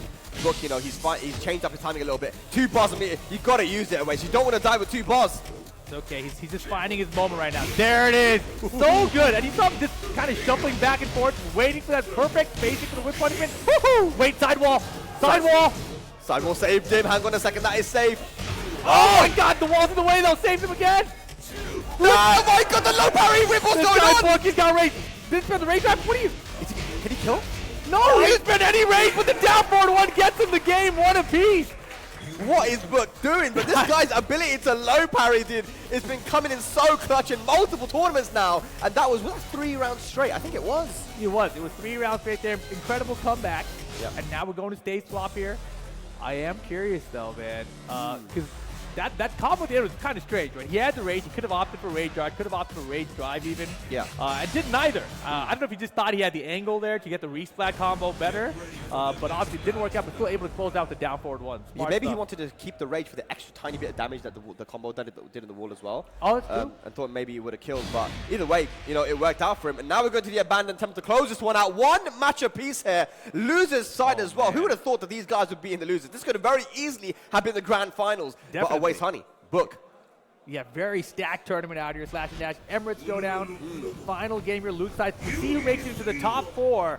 Wise Honey and Book. Yeah, and it's a challenger event as well, so points are on the line, and these guys want to get the line share of those top 3. You get 100 minimum off the top 3. That's a lot. It's a lot of points. Ooh, good challenge. Yep. Still early though in the game. No meter on his side. Okay. Low star here for Always Honey. Look what a block. He is ready with these strings, but it's the counter hit you want to look out for. LLRK from distance. There we go. Good Wow. Normally we see Book try to counter hit, confirm that on down the down forward 1-4 string, but just this time he threw it out. Tosses enough damage to kill a Wise Honey first round. Yeah, good stuff, good stuff. That's good. He needed that round because Book had a lot of momentum from the last match, and he has a bar meter and the round on the board. It's a great situation for Away Honey. Book stopped doing that forward more. That finally there came out again. Definitely needs to find the timing. No duck on the focus. He's chilling right now though. Small life lead. I feel like Away Honey's definitely slowed down the game a little bit. He's just playing very, very patient. Doesn't want to get counter hit by anything. He realizes the counter hits were stacking up, and it's stacking up for a waste now as he gets the wall splat. Yeah, it's a nice big lead for him. Pressure there, down for 1-2, no go. Good block. I love the reactions. Almost on the meter. And he actually got it with the down 3. And here we go now. Away's Honey is one round away from eliminating Book from the tournament. I expect Book to wake up here, and I expect the Wise Honey to back dash by some counters. Yep. Oh! That was impressive, but man, no meter on his side anyway. Yeah, didn't have meter to cancel the combo. Okay, forward 4. Here we go, Rip. This is what you were talking about. Counter hits. Damn, the second in low period? How? Trying to get the reward splat. Uh-oh, you put your back to the wall. Now this is not a good situation for Book. Tries to get the duck. Yeah, nice. He gets the wall splat. This is why positioning is so important. Away's Honey has meter as well now. Yo, The side step. he's got a bar. So engaged for Book. That might be enough with the raise as well. It's going to be done. Wait. Oh! Doesn't matter. Wise Honey 2-1 over Book. Man, Away's Honey taking it and staying alive in this tournament. I believe that means he's going to be going up against Kakoma for top 4, but Book, you know, this man's been a world traveler going all around the gaff, and he does get a 5th place finish here, man. This guy's been playing so consistently, man, and, you know, I have no doubt this man's going to qualify for the second World Tour Finals eventually, man. He's just playing so solid. Yeah, I mean, 3rd place combo breaker. Was that last weekend? Yeah. Now 5th place here in Dubai. Man, time is flying, dude. But yeah, shout out to Book here. That's a good chunk of points. You need to get the challenge points and the match level points, right? So he's stacking the points on both sides of things. Yeah, that's the thing. So maybe if people aren't aware, you know, you have the top 2 master performances that count towards your points, and then your top 3 challenger events, right? So, you know, there's been a lot of masters already, I feel like, and these top players like Book and like Rangchu and all these guys have got a lot of points, right? So now, you know, it's important that these guys get some challenger points on the board as well. But yes, I believe we're going to be going into the winners finals now. I think we're going up. Oh, we are. I see But him look on at the this, stage dude. already. Yeah. Look, if you swap that around, Rife and Tibetano and losers and Kakoma Away Honey winners, that's what most people would have thought would happen. I think so, yeah. I think that's what you would expect, right? Korea packs down the winner's side. I think instead, you got Saudi and Spain in the winner final here of this tournament. This is crazy, but you know, this is what me and Rukang were talking about, Rip, is that now, we know the 60th anniversary of Tekken 7, we're in a situation now where people have developed their play styles and they've refined their game to a point where they can win first or twos, they can win tournament sets versus the best in the world. You know, this is great. The loser side here, Kakoma, Wise Honey, both of those guys, Korea, Pakistan, sent down there by Tibetano, by Spain. Oh yeah, right? Tibetano's like, hey, this guy's from Korea, welcome to Spain. This guy's from Pakistan, welcome to Spain. I'll be like, wow, that's sick, super sick. Vamos! Vamos! Let's go! Winners final incoming, 1st to 3 here. Yes, and I expect the crowd to be very loud here because it's a Saudi Arabian in the chair right now, man. Top 8 at the Tekken World Tour Finals, by the way. You know, Raif, he played very, very solid, but Tibetano, I mean, you know, the last time we saw this guy win a very stacked tournament, I remember it was only the best 2018. Okay. Nobody expected him to win anything, and he just destroyed every top player from Europe, you know, and won it. And ever since then, you know, he's been a player that you have to worry about because his play style is so unique, right? But you know, now he's been playing very solid. I feel like he, from what Rukang said, he's been grinding the game day in and day out. It's been a tough journey to get here. He's here to win, man. I don't think anyone expected to see Ganryu in the winner final of a TWT event, right? Challenger or not. Especially in this event, like we've been talking about, right? Yeah. You know, 77 people seems like a smaller number of entries, but the competition level is so high, right? That's where you see all the flags in the top 8, etc. Yeah. And this top 8 is stacked. This could be easily a match event level top 8 here. So now we're going to see Rock with the Jin Kazama, Ganryu as well, and this could be a fun one, dude. And I feel like people, they don't have enough experience against Ganryu at the highest level. Tibetano, he's capitalizing on that right now. And earlier watching him with the Akuma matchup, I was like, hold on a second, is this actually a good matchup for Ganryu against Akuma? Like Yeah. the way he plays, it just seems like, oh, he's so prepared for Yeah, this. And yeah. they're not ready for Ganryu the other way around. Well, I wonder if Raj's going to be ready here for the Ganryu. And I think that Jin, you know, with the parry, can definitely do some damage here, especially versus the strings with down 4-2 into the jab. Yeah, Let's see if Raj's going to be ready. Ladies and lads, Spain versus Saudi Arabia. Winners finals here at Slash and Dash Emirates Showdown. All to play for. Who's going to make it to the grand finals? Infinite stage to kick off game 1. Is it going to be Yolla or Vamos? We'll see now. First reaction. Downward side. You mentioned the parries earlier, right, Ryan? He's definitely very good at the parries. What else you said? Nice block, though. Yeah. Turning things around. Tibetano. You know, I think what you said, Rip, was very, very important. I'm going to let you know what you said in a minute because that Soul Upper is going to be huge damage. Now think, step on it. First round, Tibetano. The question is Rife going to be ready for the Grand Prix? We don't see a lot of high-level Grand Prix, right? So, yes. you know, it's fun to watch. Yeah, I mean, the character has changed a little bit because of his new stance, right? But other than that, he plays very similar to Ganryu of the past, basically. Yeah. Got to watch out for the down forward 1, down forward 2. They have different trackings to different sides. Yep. Down forward 2, you know, only -11 on its own, but it has follow-up to try to punish it. Rife looking very, very solid in this round, though. Oh man, Tibetano's still going to find a comeback too with this Ganryu. And he's chilling right now. Infinite stage is way behind him. All right. Oh, the bait! Too far away. Trying to scoop as well. Doesn't find that either. Yeah, unfortunate. He was too out of range. So another one. The parry. Get it out of here. That is sick. That is one answer to that Soul Upper. It's a great answer. It's going to make him stop. Right? Because I think that actually to get that parry, he gets maybe a hop kick or a can even. Yeah. It's a very, very, it's moving a lot of praise. A lot of recovery for sure. But then there we go. Tibetano with a down 4-2 catching it. But look at the combo. Still, low parry. Low parry. With rage as well. Gonna have to be a 90% comeback. Okay, hang on a second. He's still working on it. Rage. Oh, nice whiff punish with the forward 2. Long range. Good stuff from Tibetano. And look at that, 2 rounds to 1. Crazy, dude. Tibetano is not the name that people expected out here out of this bracket. But he's looking to take the lead in the whole tournament. Okay. Man, still go for the salt uppers. Yeah. Trying to catch the timing there. Running in with the clap. But Rife now slowing it down a little bit, trying to find a counter hit in there. He finds it. Knows he's just out of range, so goes for the safe down 2. Yeah, but right now, huge lead again for Rife. Tibetano's got raised though. We haven't seen him try to go for the rage drive yet. He doesn't really mix up with any of the big lows either. No low palm. Yeah, it's a little bit harder when you're on the infinite stage as well, right? You know, Rive's got a lot of space to move around. Backdash, he's great at changing it up as well, playing defensive and offensive. Good block. Yep. But here we go, final round, game 1. Ooh, gonna finish quick with, and the low parry from Rife. Okay, those low parries have been on point. Tibetano going for one too many lows. Nice combo with the Oki. Risky, oh my goodness, that was risky business. Okay, hang on. Nice! Baited! Is that going to be dead? I don't think so. Tibetano with 1 pixel and rage remaining back to 1. And the Saudis stand up in the crowd. They know it's not over though, man. It's first to 3. And I believe you've got yours coming up to give Rife a little bit of coaching. Yes, no one's going to have to say anything to Tibetano though. No. I mean, what does the EU love, man? You guys are supposed to hang out. Where's Seffi, right? He's the guy. Yeah, where's Seffi? I don't know. I don't think he's I guess Tibetano didn't coach Seffi either. So whatever, man. You're alone. All right, so I believe we saw the Souk pick there from Tibetano, and it's a completely different, dynamic. Now we have one of the smallest stages in Tekken from going, from an infinite.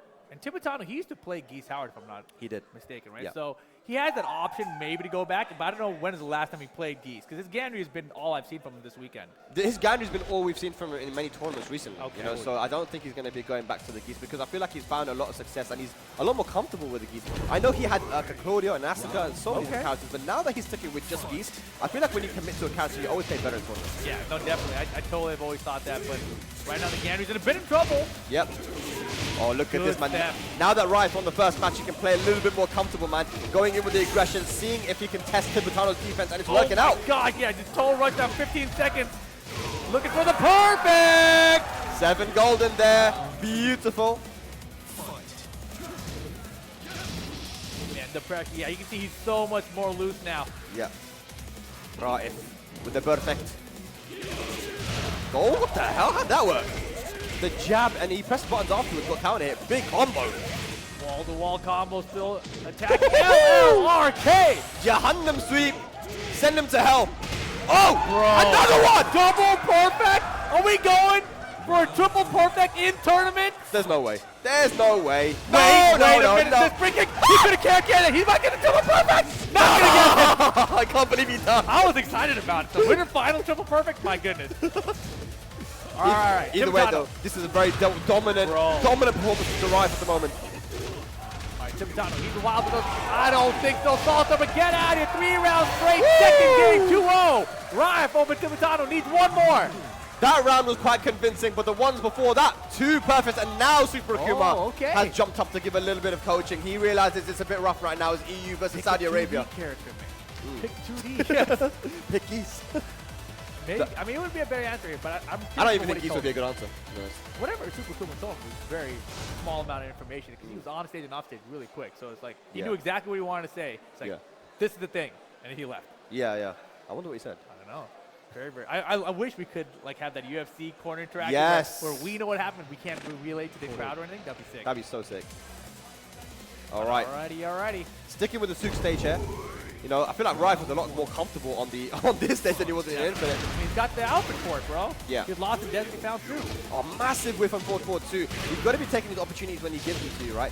To go for the whiff punish. Nice. What the hell? I have no idea. 2 opportunities there to get big damage and Timatano dropping in. Oh my god, the pressure right now for Rife with Rage, trying to make a comeback. He loses this round. I feel like Rippy might be mentally broken, man, because he had this round. Hell sweep. He hella had the round. To the other wall. Oh my goodness, it's a Rage. It's gonna hit. It's totally gonna hit. It's not gonna kill though, right? He's got a ton of health. Scaling on this one. Long combo plus the wall, but here we go. One mix up away. The block. Woo! No, he's got another pixel. Punish. Oh! I don't think that's not natural. That's not natural. He could have blocked. Could have blocked it. I mean, he should have been dead anyway, though, for the proper punish. So I think he just kind of gave up on the defense. But oh my goodness. Man, the Zen 1+2. Gonna go to the wall. Big damage. Rife looking to secure his ticket into the grand finals. Get out of here. The hop kick ready to go.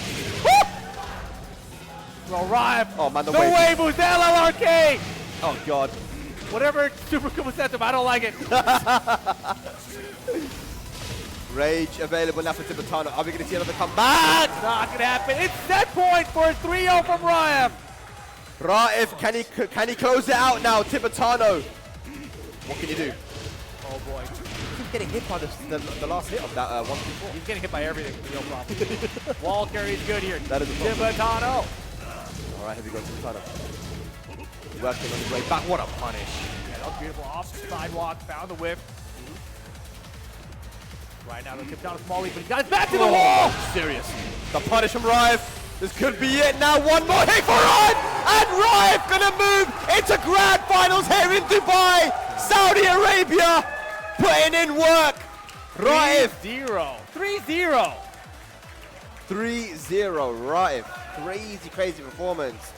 Timatano been looking so good all weekend, honestly.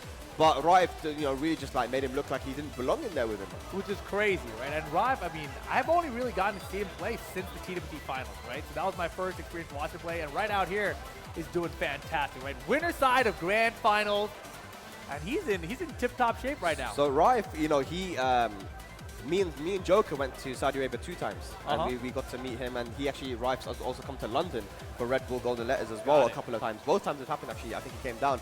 He also came down to Versus fighting as well, so he's been to the UK multiple times. Me and him have played a lot. Joker and him have played a lot as well, and we've got to notice that his usage of the parry really makes you hesitate in your offense against him. Right. But he's so analytical. Like he'll talk to himself while he's playing you, and he'll be like, "Oh, okay, this is what you're doing. Okay, let's see."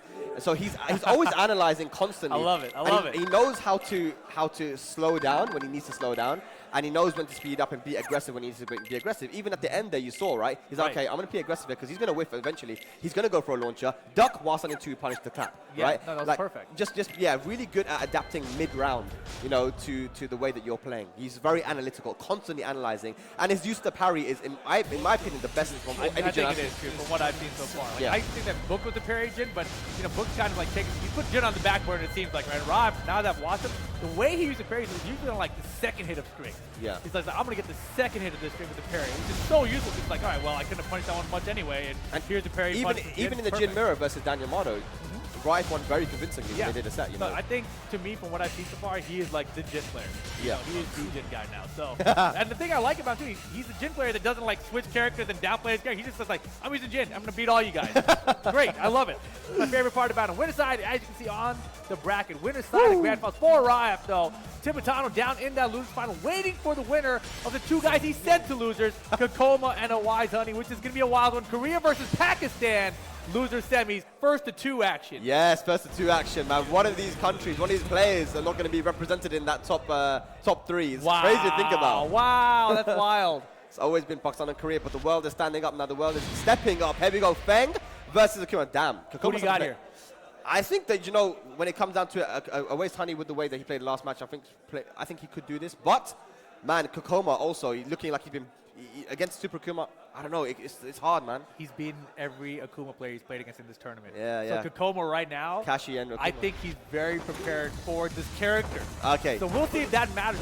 Like I was talking about earlier, Wise Honey's play style is a little bit different. I think he's very, very sharp as a 2D character in a 3D world. So let's see what happens. Here we go. Here we go. Korea versus Pakistan loser semis here in Dubai. Oh, man, I'm big fans of both these guys. Those are the hard ones for me to constantly be biased about. Like, I want to be biased, but it's hard. Can't. Yeah, we can see though Always Honey doing what he does, you know, just like standing back, trying to see a button and try to punish it. That was so crazy, but I guess no meter on the Akuma side, not that big of a punish anyway. Yeah. Both guys just trying to feel each other out at the moment. Don't want to overextend. Oh, bro. Neutral jump. Wow, what is Dan Kutata there? Nice. Loves sidestep and got clipped that time. That might be the round. Sidewall doesn't matter. It wasn't a sidewall. Perfect wall span. A Wise Honey first round. The crowd getting loud. And, you know, it was interesting there that he didn't go for a jab after the sidestep to punish the demon flip. This time he does. What the hell? Oh, and a beautiful punish there. Could have been even a delayed hop kick, though. Wise Honey a little bit lucky. Yeah. I think he tried to he thought that he wanted to go for the shoulder after the 1-3. Oh, he wanted to reverse DP it? Man, he's a madman. That would have been sick, though. It would have been. Okay. But that meter is gone now, but he is building slowly up to this this next first part of meter. Rage available. Resources are there. Down 4 sweep. We saw him be super patient for him. Man, backed down. He's like, I'll go for it. No meter yet. And a down to counter hit. Nice. Is that a back one attempt? I think so. Yeah, I think he had the meter. He's going to go for the combo there.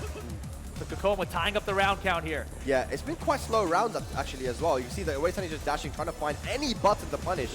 His standing 2, you know, according to a lot of people, his whip punishment is one of the best, but there's a down 3. Oh yeah, his whip punishment is ridiculous. Absolutely ridiculous. But look at the damage you're adding up. Spends the meter perfectly there. And I love that he doesn't really hang on to me. We've seen it a little bit times, a couple times, go down with full meter, but really he tries to spend it immediately. Yeah. Okay, big whip down the shoulder, unfortunately there for Kokoma. One more hit, sidestep duck. A pixel remaining. What is Kokoma going to do? Can he make a comeback? But no, delayed down 3 to catch the sidestep. Yeah, very, very smart stuff there. Kokoma commit to that sidewalk, getting clipped by the down 3, but here we go. Round 4 now. Oh, he doesn't get the combo. 2-throw broken. Unfortunate. 2-throw broken.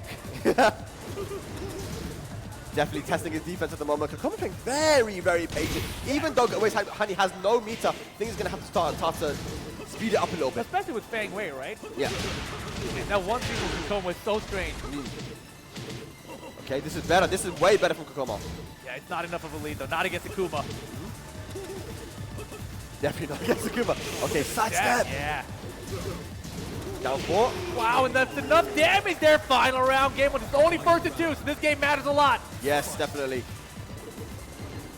The meter is not there. We're not seeing any whip punishment from Kokoma as well. Standing 2, just out of range. He's fishing. Bro, hella fishing. Doesn't have meter yet anyway. Yeah. Oh my god, so patient, both guys. I like the fish attempt. Okay. I wonder if he can shoulder punish that. Bro, Standing 2. He's got meter now too. Punish. Oh yeah, there we go. Spence the bar. Combo. Balcony breaks on this side. Yes. Is he going to go downstairs or is he going to keep the wall pressure? I think he keeps the wall pressure here. Now it's hard. Oh my goodness. Wall press for Kokoma though. Oh, what a block! Late on the punish! He was there on the punish. Oh, he had it! He could have gone for it. 20 seconds. A Wise Honey has the life lead down 2. Don't tell me Kokoma's Oh, going to clutch again. Wait, no way. It's anyone's game right now. 13 seconds. He's popped in a rage. Rage art available, rage drive available, 10 seconds left on the clock. Who's going to take I the don't know! 5 seconds! The lows! Not enough to kill! Ah! What's going to happen? Oh my god! Burn the clock! Oh my god! Always Honey hangs on to get game 1! Are you kidding me? That was sick. The timer scan from Always Honey. Great patience. Really good awareness as well. Just to know that the time was whittling down and what he needed to do to prevent Kokoma from going in and getting that win. The timing was so perfect for the EX Fireball in the air there. I was thinking, like, even if you knew it was coming, did you even have time to sidewalk and get a Rage Guard that would connect before the time ran out? I don't even know. That was perfectly played. Yeah, even if you sidewalked it, like you said, yeah, I don't think he had enough time to sidestep into shoulder or anything. Yeah. So yeah, that would have been a win either way. Good stuff. And that just goes to show his experience. Of course. Because you only do that when you have done that kind of stuff before. Of course, yeah. You've been in that situation before. You're like, oh yeah, I've done it before. Let me do this because this will work, right? Right. If he had jumped like half a second earlier, he might have actually lost, right? So yeah. it was like the perfect time. That's what you get when you get specialists, man. Especially with the 6 years Tekken 7 has been out, of course. Year 6. Yes. Okay, June 2nd, 2017. Ooh. What are we at now? June 4th in 2023? I believe so, yeah. I believe so. I believe so. Here we go. Game 2. First of 2 actions. Kokoma's behind. The Wise needs one more. Down force coming out. Yep. Gotta watch out for the sidewalks though. I mean, Kokoma's been sidewalking so well against all of the Akumas that he played against this weekend. Yeah, still trying to get here, but you can see he's not really having much success, and he's really not using a lot of offensive things. And when he does get the sidewalk, it's only a small punish, as you can see there, right? The 1-3. Gonna start getting more of the hop kicks or the launches. Rage mode now, Wise. He can have a bar meter to work with too. Punish. Back dash. Oh, hang on. Wow, back Kenpo step. Smart choice. We haven't seen a lot of that. We haven't seen a lot of back Kenpo from Kokoma against the Akuma. I think it is a useful tool against every character. Oh, for sure. Wow, we just ripped out the Wild Standing 3 there. Okay, again, just a very patient approach from both guys. Always Honey's trying to find a way in. Kokoma too. Sidewalking. Good down to Tatsu. It's all a battle of timing. Down 3. It's just like a 2D timing with those. It's like he buffered the Tatsu now after the poke. I'm gonna get it, right? Got it. No problem. So good at it. Okay, you've got the live feed jab. Float though. Shoulder. As the live feed now. Big reaction on the down 2. And as a punishment down 2. Weird combo? Rage available. Now punish! Bro. Double rage. What a jump! Oh my god. Rage available both sides. The blue shoulder's there, but he doesn't even need it. Whilst anyone to Kokoma now. 1 round away from evening up the set. And this is first and 2 again, ladies and lads. What? He turned a hop kick that right. Yeah, you got to be matching that hop kick. Here's this screw attack. I don't think we reached the wall here. Nope. Not with enough in that string. Yeah, I like to get a kick attempt. Punish is good. Yeah, he knew he was in range. Kokoma, a man on a mission. Man, if he shouldered that. That would have been dead, yeah. He hasn't got any resources to work with as well, Kokoma. You have the meter right here. Oh, If he lands any kind of launcher hit, it's going to work. There's the meter now. Okay, now you gotta be careful. You gotta be very careful. Yeah, meter and rage. Get out of here. Last pixel. Oh, damn. yes. Go for the gusto. Not going to happen. 1-1 now. Oh, boy. Korea Pakistan final game, losers semis. Where do we go, do you think? Abandoned Temple? Yeah, I think he's gonna keep the walls in play for sure. I don't know. We're definitely not gonna get an infinite stage here. I don't see it. Do you think we are? Nah, there's no way. There's no way. Just a little bit of time to think, you know, Away Tani now, what he needs to do. He tried to go for the raw 50-50 low mid mix up at the end, went for the 4-4-2-1, didn't work out. It's all timing at the moment. So Away Tani needs to think about what he got hit by. What do we think we have here, Rip? What are we gonna go? I mean, when I saw the Super Kuma versus Kokoma match, there was that end of the round situation where it was, I think, Super Kuma had full meter and rage, and Kokoma played so patient. And I was like, anytime I'm in that situation, I lose. Right? Like, Kokoma's got rage, 2 bars, I'm going to find a way to lose it. But he's been so good at being patient against Kokoma in that situation. We saw the same thing at the end of that last round there. So we'll see. And look, right now he's hovering Duomo, the series. That's an interesting stage. Not one that we've seen selected a lot. But nope, just kidding. It's just next to the other one that you actually go into. Yeah, just a bit of time to think there, man, because I feel like Kokoma's patience has made it really difficult for Aways to get into that clean hit range where Akuma definitely shines, right? So now maybe a bit more of an aggressive approach where he can start to force himself into that range. It's a bit more risky, but sometimes you got to do it, man. It's a first to one at this point, ladies and gents. Pakistan versus Korea, loser semis. The winner of this goes up against TWT for top 3. Last opportunity. One of these guys is going home. let's see what happens here. Kokoma. Oh, you're talking about the down 3, clean it. I was thinking, man, back Kenpo step is actually a pretty good tool there as a character against Akuma to avoid that down 3 clean in. Just haven't seen it a lot though from anyone. Very interesting idea. Punish that, and the Wasan wants people Fang though. Oh man, okay, down 4. He's going for the safe punish, because Yeah. that doesn't, the Wasan 3 will not launch out on most ranges. But I feel like can't he even hop kick when he's close there like that? The hop is really bad range. Really? Yeah, yeah. You can definitely 4-3-4 them, I think, as well, but you have to be on point. Yeah, a little risky, but right now you see Kokoma's got a good size life lead here. Yeah. And Wise way behind on the meter game as well. Exactly, and you see he's still playing patient. He's still trying to do that strategy where he's trying to find a whiff punish, but Kokoma's not going to give it to him. So now you got to force yourself in. Yeah, and again, you saw that the backdash into the dug to avoid the clean and range for the down 3. And now we see the mid starter come up from Wise. Yep. And time becoming a factor here. Wow, we got him with the second hit. Yeah, but he didn't have the meter though. Now Kokoma has the positioning. Back tempo. Exactly, just for the down 3 like we talked about earlier, 10 seconds, and man, he is chilling. But one bar on Akuma's side. You gotta watch out against Wise. He didn't cancel for the meter. He didn't cancel pressure, it. 3 seconds. He's out of range, and Wise Honey hangs on. With 0 seconds left, he actually took the round. That's really good. I mean, the patience worked out from there though, Waste, but he did need to go in with the dive kicks and start the offense a little bit.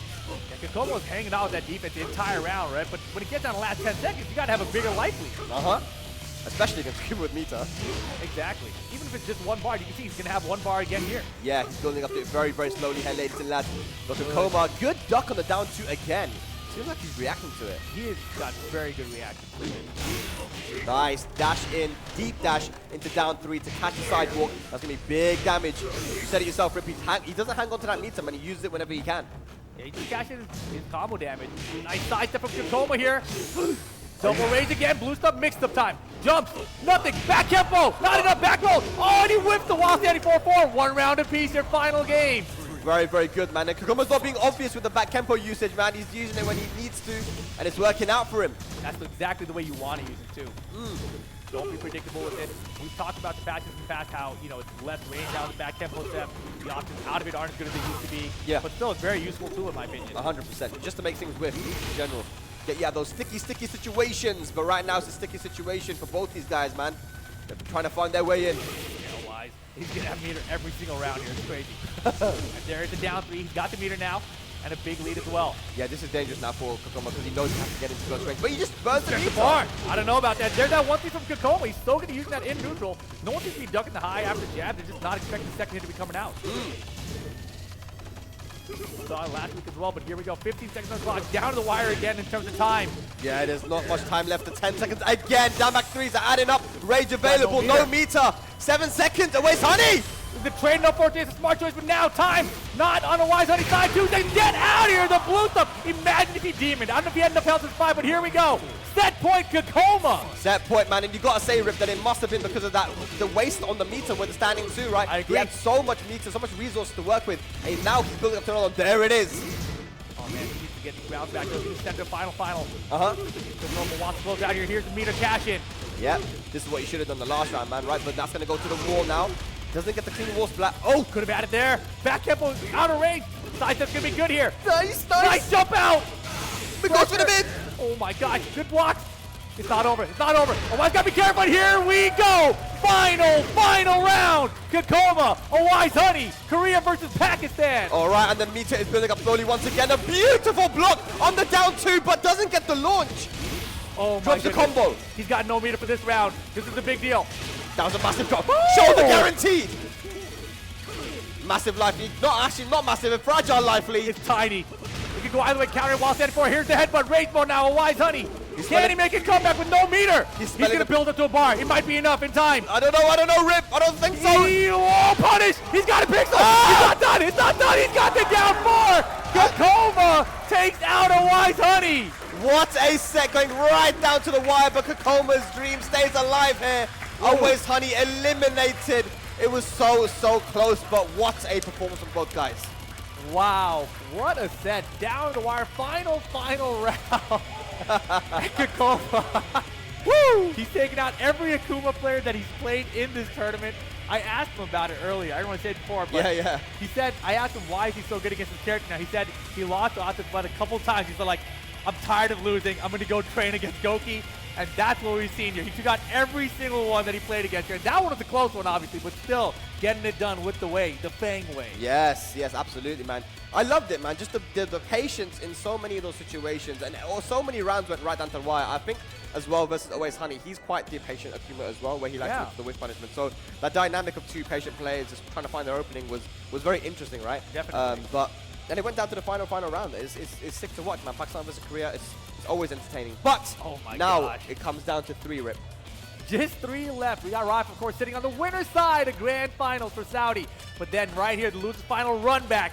Spain versus Korea. Tibetano versus Kokoma. Yes. The interesting thing here, of course, when they played the first time in the tournament, Kokoma tried to use Zafina in the first game. It was close, final round, but he lost, right? Yeah. And then it went still down to the wire with the Fang Wei. The Rage Art caught him, right? And it was very close. So if he goes Fang Wei the whole way, you know, who knows what happens. But this, of course, first to 3 games this time. First to 3 this time, ladies and lads. Yes. And the whole way now, the top 3 Tekken World Tour rules in effect is going to be first to 3. Just to say once again, ladies and lads, thank you so much for tuning in here, man. It's Dubai. It's been an amazing weekend, man. Fantastic, dude. What a weekend. It's been a great weekend, man. And I know you had a little bit of a fun thing this morning as well before the tournament, you know? I was flying. You were flying, flying around, you know? Demon flipping around Dubai. Yeah. Pretty cool. I went airborne. It's cool. But yeah, it's an honor to be here. vSlash, thank you so much for just organizing the tournament, all the sponsors as well. It's been sick. But yeah, top 3 now, and the diversity is what I really like about this trip, you know, when it comes to Dubai and the Middle East, you know. But I feel like it's very easy for so many people to get down here. Looking at the flight prices as well, it's not too bad for anyone actually. Visas have been a bit of a difficulty. I know there's some Pakistanis wanting to come, but you know, generally speaking, if you're on point with it, if you're early enough, it shouldn't be an issue, right? Got it. So yeah, it's I hope that there are more tournaments here, you know, because I wish that people can, you know, experience the community here. And the community here is so nice. No, the community's awesome here. Everyone's been super friendly. Obviously, you know, Dubai itself is amazing, right? Just so impressive just to drive around and look at. You know, compared to like, I don't want to like talk about other countries. I won't name the countries, but driving here seems a lot safer. I'll put it that way, okay? I'll leave it like that. I can drive here. I feel comfortable. Yeah, no, for sure, man. And yeah, so it's the top 3 now, and what's interesting is that the top 8 was 8 different flags. Yeah, you know, and when we had the Master event in 2019, I think it was the most culturally diverse tournament of the year. Yeah, I mean, I think honestly, it's Tekken as well right now, right? Yes. There's so many players from around the world that all leveled up so much that we're getting these brackets where we get this kind of, you know, cultural diversity in the top 8. I think last week at Combo Breaker was the same thing. And that was, you know, on the other side of the world, really. And so we've had back-to-back weeks, top 8 full of different flags, which is just amazing, unbelievable. Yeah, I just feel like Tekken is played all around the world, man. Any country you go to, you'll find a Tekken scene that is very dedicated, right? I noticed that, like, specifically, and I mentioned Jordan a lot because Jordan is not a city, a country where you would think, oh, it has a very vibrant Tekken scene. They had like 20, 30 players, but they were very passionate. And that's a lot. You know, some of these guys, and one of them beat iMusician, you know, and no one knows these guys, but these are top players, you know. They were beating Koreans and stuff, and anywhere you go, I feel like you'll find a Tekken team that is passionate about the game. No, it's amazing, right? Like sometimes you have 20 or 30 players, and honestly, even like that, it's enough to build a team that's strong enough to compete at the highest level of the game. Was that all Akuma's are out? Yeah. If Federer just comes up to us, he just shows us his phone. He says, like, all Akuma's are out. I think he's just super happy about it, you know? The character's not good. What do you want to say? You know, we're going to buff Akuma? Yeah, I mean... Federer, you know, do we buff Akuma? You have to also realize... Buff Akuma? Buff Akuma, right? They're all out of the tournament. He goes, we need buffs because he didn't make top 3. Don't ever listen to Federer. Remember that. Let's also remember that they all lost to Fang Wei. They didn't get visas, did it? Huh? Yeah, they all lost to Fang Wei. All maybe Fang needs to be nerfed. Fang? Yeah. Why would you nerf Fang Wei? Why? I could give Why you a would list. you nerf Fang, Zafina, or Kunimitsu? Who would do such a thing? Yeah, true. We got a whole year of them coming, guys. Don't worry. Yeah, you're gonna get used to this, guys. Yeah. Practice your Fang, Kuni, and Zafina. It's good advice, though. You know, we're laughing about it, but this is actually really good advice because we don't know if the game's gonna get another patch. Like, we all are kind of hopeful that we'll get one, right? But we might not. So if that's the case, as a competitor for the TWT finals, you got to train with your best. And all these players, I feel like, can win with Fang Wei, right? I was talking to someone a second ago, and we were talking about how, you know, do you think Akuma was like the top character? And I said, you know, the top players with Akuma are all capable of landing the huge comebacks with the Rage and the meter. Yeah. Right. So that like skill requirement isn't necessary at the highest level of the game because all these guys can do it already. Right. But Fang Wei's a character, you don't need that skill requirement. You can just pick him like, I know basic tech, I know how to sidewalk, I know how to block, I know defense against characters. But I got Fang Wei now to help me out through the rest of it. So exactly. Fang's a fantastic character for everyone. Yeah, that's what everyone has a pocket Fang, and it's been this way for such a long time. But you know, when you see people who are, you know, committed a little bit to the character more than just having a pocket Fang, when they commit to make it the main character, like Kokoma has done now. Right. You're seeing the kind of thing that these people can do now when you just have strong Tekken fundamentals, right? Exactly. Yeah, the character does a lot for you. I feel like, you know, the back tempo. I feel you know, just basic Tekken tools like down back 3, which don't let you sidestep, down 2. You have so many options for everything. Yeah, so such a good, just strong, low mid poke game as well, right? And the wild stand in 1-2 range is like ridiculous. You do crouch dash and then cancel the crouch dash into wild stand in 1-2. It's like boom, down way. It's like range 4 off stuff. Surprise, you know? Yeah, exactly. How'd you get over here, Fang? You know? I believe we are getting started though. The players are ready. Kokoma and Tibetano, the run back, first to 3 action. I didn't see what character were picked, but I'm guessing it's going to be the Fang this time versus the Ganryu. I think so, yeah. I doubt we're going to see the Zafina come in, but he's got 3 games to work with. Not going to happen. Fang Wei for those 3 games. Yes, yes. Alrighty, Tibetano. He's going to have to prove right now to people. I'm sure there's some people at home saying it was lucky, he got a lucky rage up. Now it's time for Tibetano to prove. Was it just luck? Can you do it again? The run he's had this weekend has been amazing. Can he continue? We'll find out here. Down back 1 to start off the round there for Kokoma, though. But I'm telling you, Rip, when it comes to Kokoma, yeah, I don't know what it is, but the further he gets in the tournament, the better he plays. It's just how it is. I've seen it every He single loses time. like before the top 8 usually. He's like, oh, is he even going to make it in here? And then he just battles through loses, just takes the top 8. Like, you always wonder, like, can he really hang with the top guys? But then in the losers run, he's always making these crazy ones to get the best players. So here's the loss of Tibetano. Nice lead. Kokoma going to be enraged, though. Oh, yeah, goes for the low. I think he's trying to shoulder there. Okay, he's got the blue shoulder available. It's going to kill. Be careful! Whoa! He was going to chip anyway, maybe. Yeah. Kokoma with the comeback. That's beautiful. Yeah, Tibetano, I'm not sure what he did there. And you've always got to watch out. People don't talk about this enough, but positioning yourself. Because in that situation, his back was to the wall, and he could have got out of it. He could have prevented that situation. But then he was stuck, couldn't move anywhere. Yeah, and this kind of a stage especially, right? Like, you always have to be aware of the walls. Because it's so easy to get back up into one. Yeah. Even just using throws. Sometimes throws, even if broken, can put you to the other side, right? Or your opponent to the wall. Yeah, it's definitely some. It's almost like a lost art in Tekken. But I think like the highest level, the players all are aware of it and they're trying to do it. But you still get caught sometimes. You do. Nice. I don't think so. Try to go for the backswing blow, and Kokoma 1 step ahead, goes to the downfall for long range mid. 2 rounds up. Raif is sitting in the grand finals, waiting for his opponent. You gotta be watching still, right? Definitely. Yeah, Tibetano, he's finding his placement right now. The down force he's been adding up. I think that's where he's found most of his success, even in the first set between these 2. Yeah. Damn, wow. the hop kick. With down 4-3 into the hop kick, I like it. The EU strat. Wait, backwards? Goes to low. Now he has positioning. Tibetano. Just like that, Kokoma has switched it around. Yeah, just like the positioning, right? Kokoma's, he's aware of it. That's what he's doing here.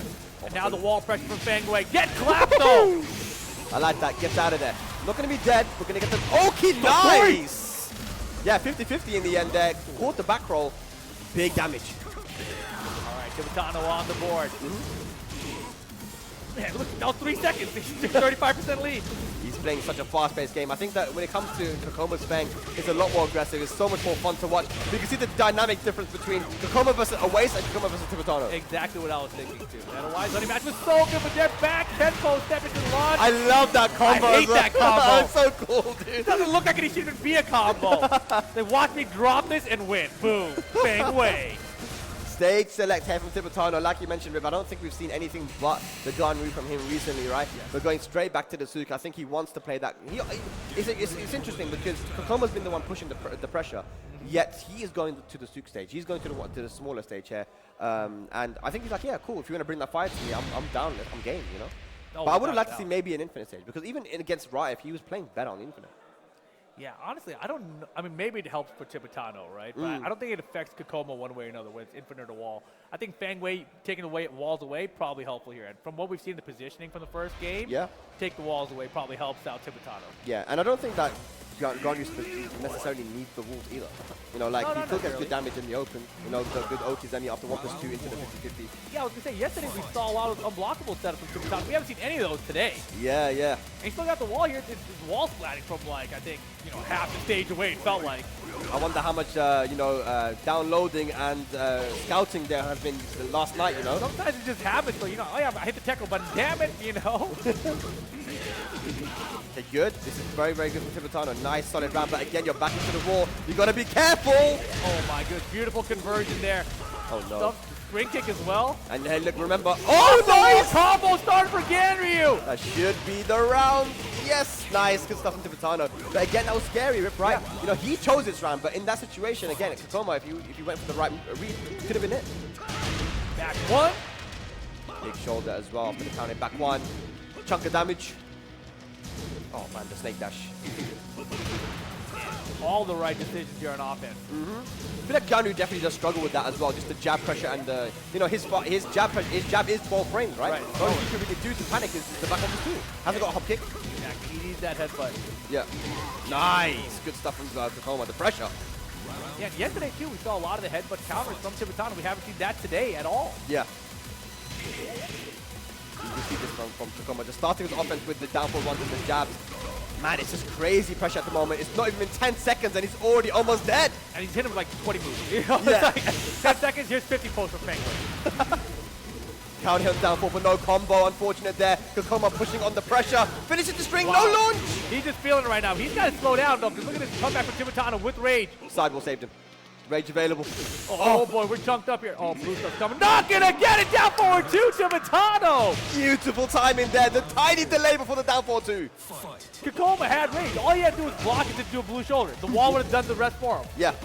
Back tempo's good, but again, quick back roll available now. Really, really good. Okay, now he's pushing TWT back to the wall again. I don't think TWT minds being there, though, man. He's backing himself up to the wall. He's trying to play the back foot. He wants to jump off the wall and get another combo. That's what he wants. He's a wild man. I feel like Ganryus are used to playing on the back foot, you know, playing that keep-out game with the downfall 2. Let's see if he can get it. Block with TWT right now. Kakoma, honestly, he's got the life lead, but I think he's a little bit of trouble right now. Uh-huh. Counter walks into, okay, fine round. Important round here, TWT. Yeah. You need to tie this up. Definitely, man. 1-1 sounds a lot better than 2-0. Okay, pushing into the wall now. TWT backing up. Oh, beautiful down forward to the wall. Oh, big damage. Go to the lows, the lows. Protect your legs.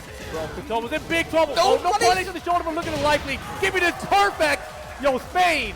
Vamos. Vamos. One apiece.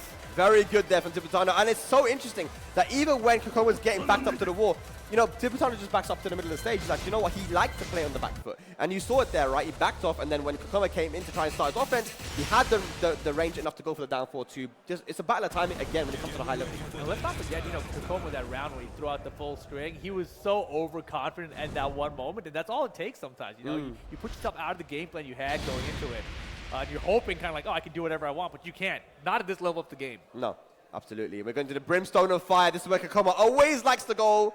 I don't know why. I think people don't like it because of the colors of the stage. You know, it kind of looks a bit weird. Honestly, I think it's a bad choice against Ganryu too, because TWT picked this color outfit over, which is red, so he's basically blending in with the stage. Camouflage. I mean, maybe Fang Wei kind of blends in too, though. He does, he does. I think that's why he picks it. Look at it. Let's GSG, yeah, man. you're right. All right. I take it back. Cheeky. Very, very cheeky. Yeah, go hold it down for it too. I can see you now. You're in the air. Oh, man, big damage again. Oh, yes. Yo, TWT, no shoulder punish. Cut it over the shoulder, yeah. Goes to back then, down 3. Egyptian hieroglyphics. Oh. Side step. Oh, did he get him again? He got him again! You always got to watch out for those rage drives. TWT is not scared to throw it out. And that's going to be the round. Oh my gosh, exactly the way he beat him on the winner side of the bracket. That's a long rage art too, especially when it kills. Yeah, the same exact situation, the same side to Kakoma before the attack and everything. Instant replay action. Down 4-2. Yes, I guess going to go to the wall. That down 4 from the low from Ganryu is actually minus on hit or neutral, right? So I think Kakoma tried to take his frame, but down 4-2, man, you gotta be careful. Tried it again. Yep. That was a nice shoulder punch, but look at Kakoma. Way back, a back tempo step for the launch this time. Yeah, I think he caught him ducking. Dropping combos. Uh-oh. Oh my goodness, at least he hit the brakes. 1-3-1-3. Yeah, no one ducks. Yeah, no one ever ducks that. Does it jail or something, bro? It doesn't, it doesn't. Right? Down 4-2. Run up. Oh, he didn't even do the full 10-frame punch. He would have killed. Yeah. But all right, Kakoma ties up the round. This is close. This is back and forth the whole way through. This is very back and forth at the moment. Yeah, TWT, he's been able to find these down 4-2s. The punishment isn't quite there for everything though. And Kakoma, he's playing solid. And Nice. He needs to stay solid. Really. Damn, girl! Forward. You don't see that too often. Good wave punish, Kakoma. He is so on point with everything. You got to be careful if you're TWT. I know he's trying to play the keep out game, but you don't want to whip too much. That 4-4-4 was so wild. Like you were telling me yesterday, he played crazy, man. You know, but I saw nothing like that yesterday. Yeah. That was like the craziest thing I've seen. Just sliding on the floor as well. Okay. Okay, yeah, no punish on the back one. Can't go for the jab there again. Ganryu's jab is 12 frame. I feel like he's going with switching modes right now. Like before he's into the sidewalk mode, now he's just look for back tempo mode. Yeah, now he's playing a lot more patient. He doesn't want to run into anything. And look at the punish as well. Kakoma, he has the life lead. No need to take any massive risks. Just poke away. Yo, back tempo step all day right now. Uh-huh. He's shutting down TWT. Yes, and the only way they could have won there is with the down 4-2. Some sort of launcher counter hit. Kakoma just turning up the defense in the end. It's 2-1 now. One match away from completing the run back and moving into grand finals here in Dubai. And TWT often stick with the character, going to stage select here. He's going back to Souk. This is where he beat Kakoma before. He's like, all right, Yeah. this is gonna be the lucky one right now. I really want to see a final match. I want to see a final match. Kakoma up 2-1 right now here. Where are we going? Going to back? Yeah, we're going back to this. Back to Souk. Alrighty. What a tournament it has been. What a performance TWT has put on here. 100 points guaranteed, nonetheless, you know, if whoever goes home. But here we go. What do you think he needs to do here, Rip? What can he do versus Kakoma? I feel like Kakoma's playing so solid all around, defense and offense. Yeah, I feel like he's playing fine. The problem is like Kakoma's switching up so much that he's kind of thrown off right now, right? Yeah. But yesterday he had a lot of success with the headbutts. He found a lot of the headbutts, and I don't know that he's really even tried to go for a headbutt. Yeah. And I feel like he's hearing me. He's just doing it. Both times I've said he's gone for it, but Kakoma's had the right reason, gone down. I think both times he's gone for the headbutt there. Yeah. 100%. And Kakoma's, he's switching up himself now as well. He's not playing as aggressive as he was before. What the hell's going on? I don't know, but Kakoma couldn't find him. That was moonwalking, bro. What's going on? And we haven't seen the salt uppers either. Ah, yeah. I feel like it can be punished with the shoulder. I think maybe we saw that. I'm not sure. Yeah, it just seems like he looks really limited in his offense right now. The wall pressure. There's the headbutt that lands. And now 15 seconds. He's got the wall pressure. Kakoma's chipping him down. Nice. Yeah, back four fish hook there. You know, Kakoma just death by 1,000 cuts, man. He's just Really? poking you out. It's the way. The fake way. So I said 4. Not going to be a clean hit though. Lucky for TWT. These lows are adding up. Big sidestep them. And then flat move from Kakoma right now on point. Yeah, it's like he switched gears again, right? Like Yeah. we're going back hip with him. Now we're going back to sidewalk.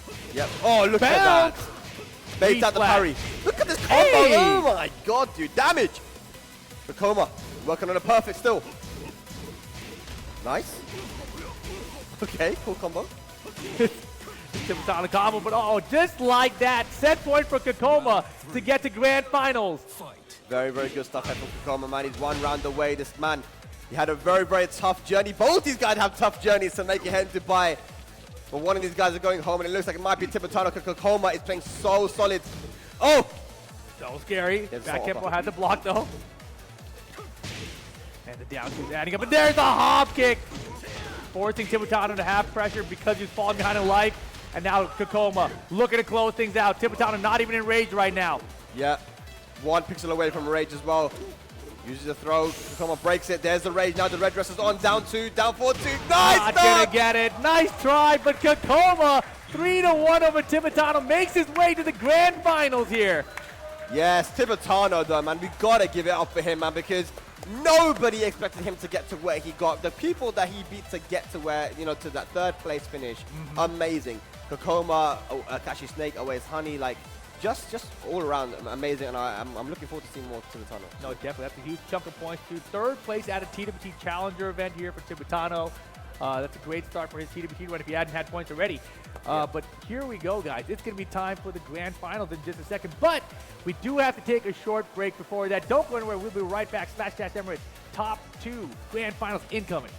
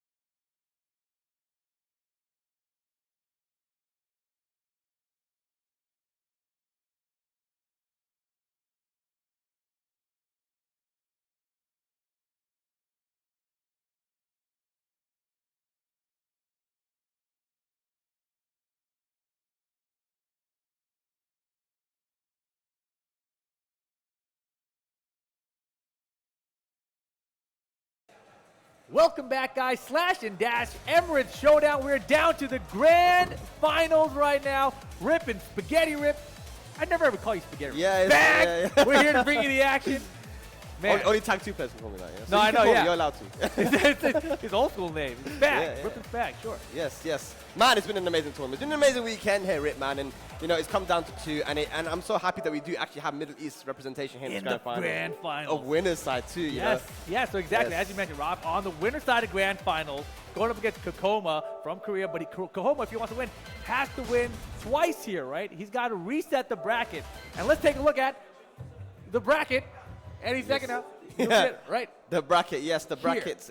Top 8, 8 different flags represented at the start of today's top 8, and it's come down to 2, and it is going to be Saudi Arabia and Korea going up against each other here, man. And you know, this is something that, you know, I've been talking about a lot. For me, I feel like I was talking about Saudi Arabia and this community and just how strong these guys are. And despite today's tournament, this weekend's tournament, I still don't think that we have seen the potential of these guys yet. I agree. The world hasn't seen it because me, like I said, me and Joker have been down there multiple times now. And there are players that didn't turn up today that could beat some of the best players on the planet. You know, this is ridiculous, the amount of talented players and the amount of legacy that they have there, you know, with the old school players. No, for sure, right? I mean, obviously, you know, we've seen guys like, oh my goodness, how am I forgetting his name? Kayal from Saudi Arabia. He came out to California before, right? And we saw him back in the Tag 2 days. He made top 8 at Evolution back then. BMNS. Right? BMNS, yeah. I saw him. He was at this event. Yeah, even. In America, he got top 8 final round, maybe, or is it? Yes, might have been. Yeah, regardless, I remember very top placing in one of the biggest tournaments. So Saudi scene has always been very, very strong. Rive carrying the torch, carrying the flag for them right now here in the winner's side of grand finals. Here we go, though, into the grand finals. Game 1 incoming. All right, here we go. Hey, Saudi Arabia, Habibis and Habibtis, it's grand finals. Yalla, let's go. Yo, it's a library, but they're making some noise out here. MashaAllah, tabarakallah, this is good, huh? Korea versus Saudi Arabia, this is what we want to see. And he's gone for the perfect custom. Exactly. Last day on Earth, going to be the stage for Game 1. Fight. Rob, it's been so fun to watch with this Jin Kazama. Yes. And you know, he's got tons of experience against the Feng as well because, of course, Exodia, one of the best Feng players, and of course, Joker. You know, the amount of games that Rife and Joker played against each other in this specific matchup, you know, he's going to be ready for the matchup. But again, in the different hands, a Feng player can be completely different. You know, like he can get defensive or offensive. Yeah, but right now, you see Rob with the big lead, but Kakoma, he's got rage with that Feng Wei. 1+4. Oh, he's poked him back down. 50-50, the down 2, the comeback. Kakoma with the first round. And you don't usually see that against Rifer. You don't see the people pushing the pressure on him. He's the guy that likes to be aggressive against you, but Kakoma bringing the heat here, Rip. Yeah, and again, starting off likely 2-4, doesn't get the wall splat. Uh-huh. Luckily, doesn't get a duck out of Kakoma either. Yeah, that 2-4, man. There's not many people that touch that swing. You know, 10 frame, of course, very quick. Nice. And again, yeah, the down 3-3's adding up here. Can't do that in Tekken 8 anymore. Oh, really? No, it's done now. It's got the low, high, mid swing now. Beautiful. Okay, goes a little tight. Cheeky little low. Rage of once again here. Oh! What? What happened? I don't know, but that's fortunate for Rive here. Uh-huh. Yeah, I've interrupted again. The Nice. low kick after the down 2. Kakoma stealing another round back. Yes, I mean, these are all going right down to the wire, but Kakoma's getting them. Did you see the position switch? Oh, nice counter it. Position with Kakoma controlling the wall, right? Yeah. Watch him sidewalk around when he guys back to the wall. But this time he actually side rolled into the corner. That's not good. Here we go, Rife. Uh-oh. Look at the position, just like that. Instantly turn things around. Backswing blow though, no perfect. Kakoma looking for wall bounce, backswing for the wall splash. Oh no. Uh-oh, no way. No way. No, not again. No, surely not again. The down forward one, keep it simple. Yes, jab into down forward one. Right, some stays alive, but you're so right, Rip.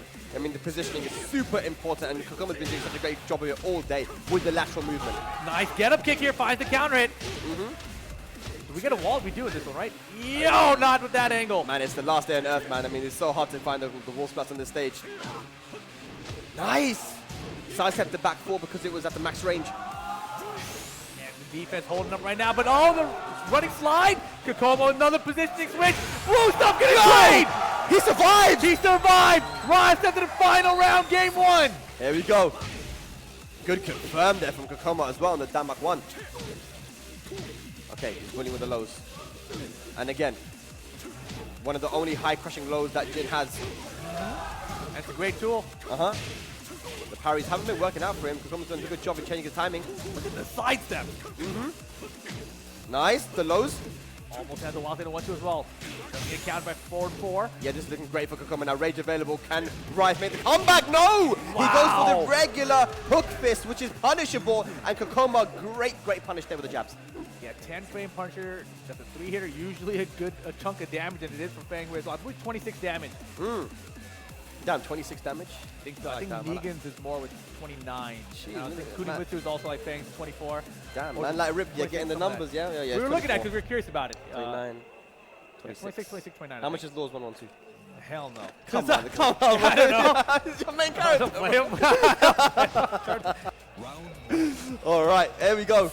I said usually 3-hit ones are good, you know? Not Laws. Oh, man. I bet it's less. Okay, now catches him ducking. This is better from Rife now. He's turning up the heat.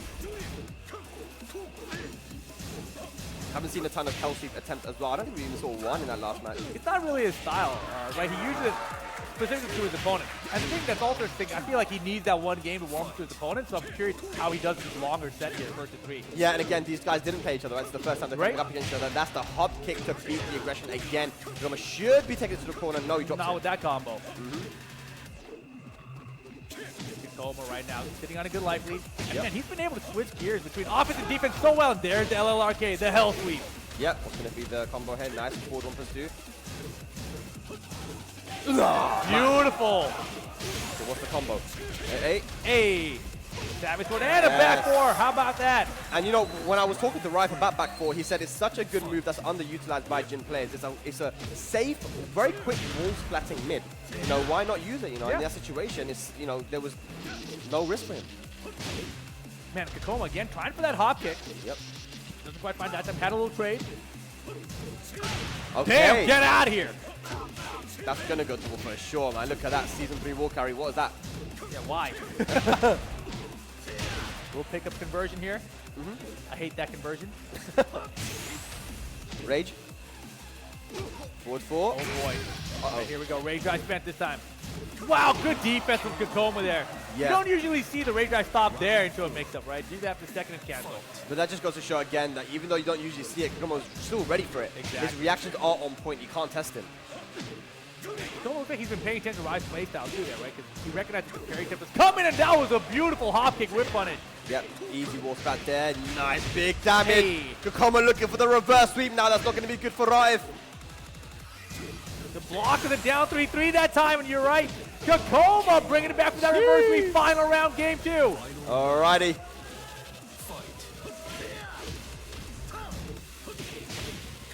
This is so good. Same thing. Yeah, Look what at a that parry. what a good start here from Kakoma, man. The parries haven't been working for Raif.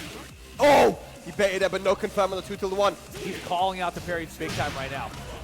Counter hit, but it's not enough! He didn't get the wall splat. 3 rounds straight. Kakoma looking for this. No confirm on the down forward 1. He's looking for it though. Kakoma trying to close out here to get the 2-0 lead, and he finds it with the whip punch on that shoulder. Kakoma up 2-0 in this first set because he's looking for a reset right now of the grand final. Yes, he is, man. The crowd is not liking this one right now because it's, you know, again, that one there was 3 rounds straight, so Raif has a lot of thinking to do, man, because this grand final can quickly run away from you. As we see Yords from Kuwait come back up onto the stage just to give a little bit of talking, some advice here to Raif. Yeah, you got to take your time, right? I mean, the beauty of being on the winner's side of grand finals, that even if you do lose a set, right, you can tire out your opponent, like mentally tire out your opponent, right? You look back at Combo Breaker last week with Nia and Arthur. He got the reset, and he's worked so hard for it, but then after, he didn't have any more gas left in the tank, right? And Arthur ran with the 3-0 after the reset. So being on the winner's side, even if you lose the first set, not the end of the world here, but you want to at least make them work for it. You don't want to give it up 3-0. Yeah, exactly, because at least in the Arslan and Nice set, it was final round pretty much, wasn't it? It went 3-2, so yeah, here it's been rough, especially when you lose in a reverse sweep manner. Exactly. Right? It's not going to be too good for your confidence. But Raif, you know, again, he is an analytical player. We are here in the Middle East. We're in Dubai. We've got a bit of advice there from Yords from Kuwait. Let's see if he can bring it back. Kakoma, though, man, playing like a beast. Yeah, he really has been this week. And here comes the forward four. And again, the parry's not working out. And this time, underneath the high, while standing 3 here from Kokoma. Walker is going to be a little bit short. Yeah, back from he's calling everything out right now. The parries have been called out. The side step has been called out. The shoulder is being inconsistent as usual. As usual. Back one, counter it though. Wow, and yeah, that hop kick attempt was so far out of range. That's a little bit of desperation. That's the first kind of weakness I've seen out of Rive so far. Yeah, definitely. That was definitely desperation. I was going to say the same thing. And now Kokoma, you know, he's on point here, but the hell sweep, this is what we're going to see now. For Rive has to change it up a little bit. Whatever he wants to, he's going to do, he needs to change it up.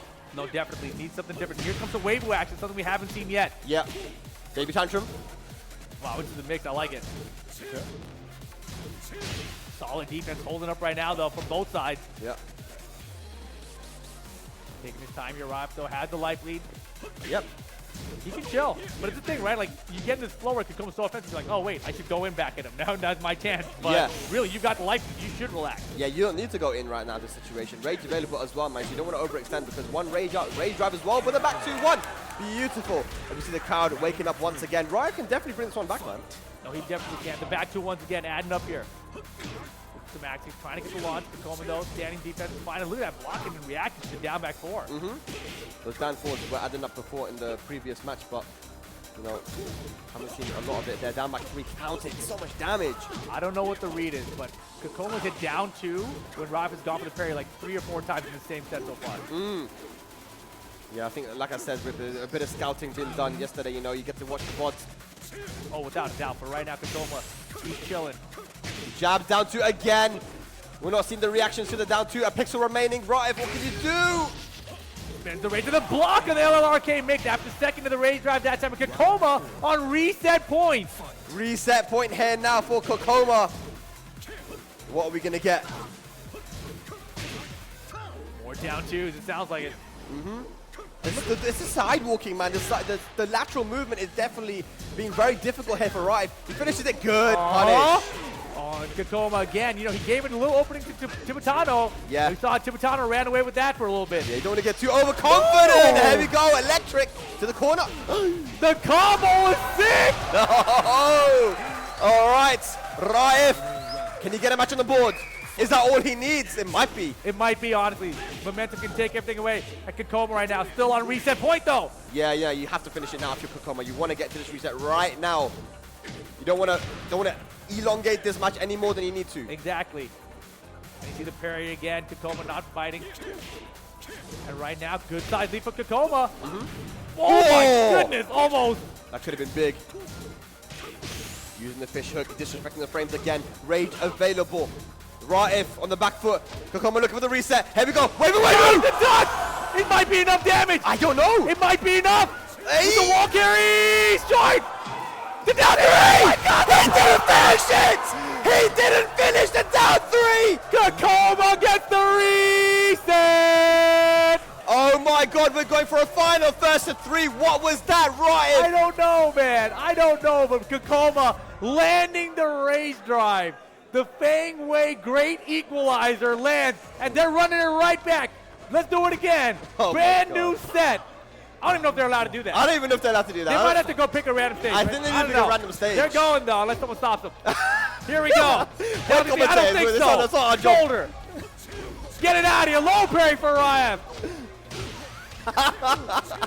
Reset grand final. 0-0 the score. Yes. Oh, look at this, man. Both guys just playing very, very aggressive now. And Kokoma comes out on top. 1 round to Kokoma. Yeah, he's got the lead in the set right now. Back turn mix. He goes to this sometimes once he's feeling comfortable. Yeah. Okay. Oh, man, down forward 1 is not a good option in that situation. I think because it's 14 frames. Okay. The Zen 1+2 could actually counter hit. I see. Hey. Hey, big damage to Rive here. Kokoma's got rage. Nice. Beautiful. It's not enough to kill. I can't believe it. Oh, come on. No way, dude. Beautiful step on the rage drive. That's what I want to see more of. I want to see, you know, I know it's difficult to sidestep against Fang, but, you know, sometimes it's important. Look at this. Yo, get that out of here. Jam. Ducking while standing too. This is a brawl right now. This is an absolute brawl. This is good for Rive, honestly. Yeah. Are we going to start seeing the parries working here, though? The berry. Oh, no, Tell me, again. what is it? Yeah. Down two's always when the parries are. Good, man, the snake dash pressure in his face. Oh, he's The dancing. mix. He's dancing. The counter on the race drive. Nasty, nasty. Kakoma. Kakoma, bro. What is he on today? He told me he got 12 hours of sleep last night. Oh, really? He woke up just before the top 8, too. He's fresh right now. Oh, he's looking fresh, man. I'll tell you that much. Right now, punish that. Oh. And a huge lead. Kakoma looking to go up 1-0 here. Good block. Yeah, this time he gets it, but again, it's only going to be a small punish unless you low parry it. LRK block in the wild stand. I think Kakoma got the lead. 4 games straight right now for Kakoma. Kakoma, I mean, you know, when it comes to the Fangs, I say this again, the Fangs that we've seen dominating at the top level, we haven't really seen we haven't seen the Fangs playing with this kind of aggression. You know, it's usually more of a defensive style, you know, back tempo and, you know, using jabs and, you know, just small pokes. This guy just in your face, dancing, you know, going back turn, doing his thing, and it's definitely catching him off. He has this offensive flow with Fang. It's not like a flow chart, right? But he's got so many great poke options that when you're defending against Fang's offense, you don't really know what's coming next, right? There are a lot of fast pokes. If you find the read for a low parry, you're in great position, right? But overall, it's very, very difficult.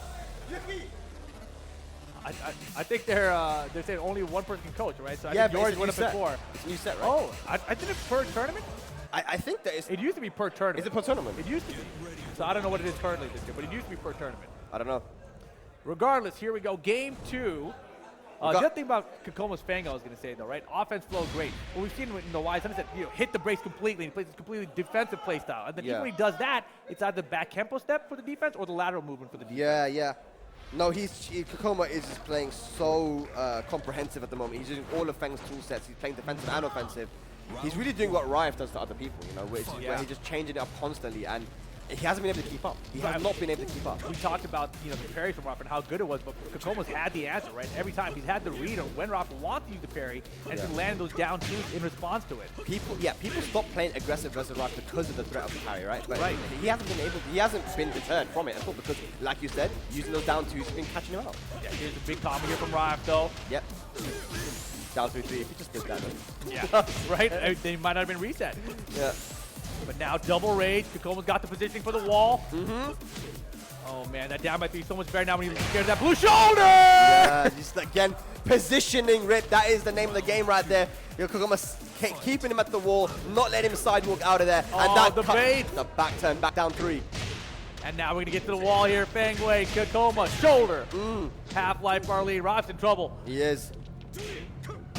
Counter it down to the conversion. Man, that move is good. Down 2. Crouch cancelled down 4 into the shoulder. And look at that perfect 7 golden letters. Kakoma running away with this one. The 1-3, man. Everyone gets hit by the second hit. Suffocating him right now, man. Yeah, all these low posts, right? And we finally ducked. There's the Fisher for you. Here we go. The 4-4 counter it. Rob, little small wall combo after this one. Down to deep block. That's what could have happened before, too. He was scared, man. Yeah, he was scared. But look at Kakoma running away, maybe a 2-0 here. I think it might be. There's only 1 hit remaining. Big whip. Oh, my goodness. Kakoma 2-0. 1 game away. 5 games straight right now in this grand final. Does he go to the Negan? Does he go to the Negan now? If he's got another character, now might be the time. It's it, man.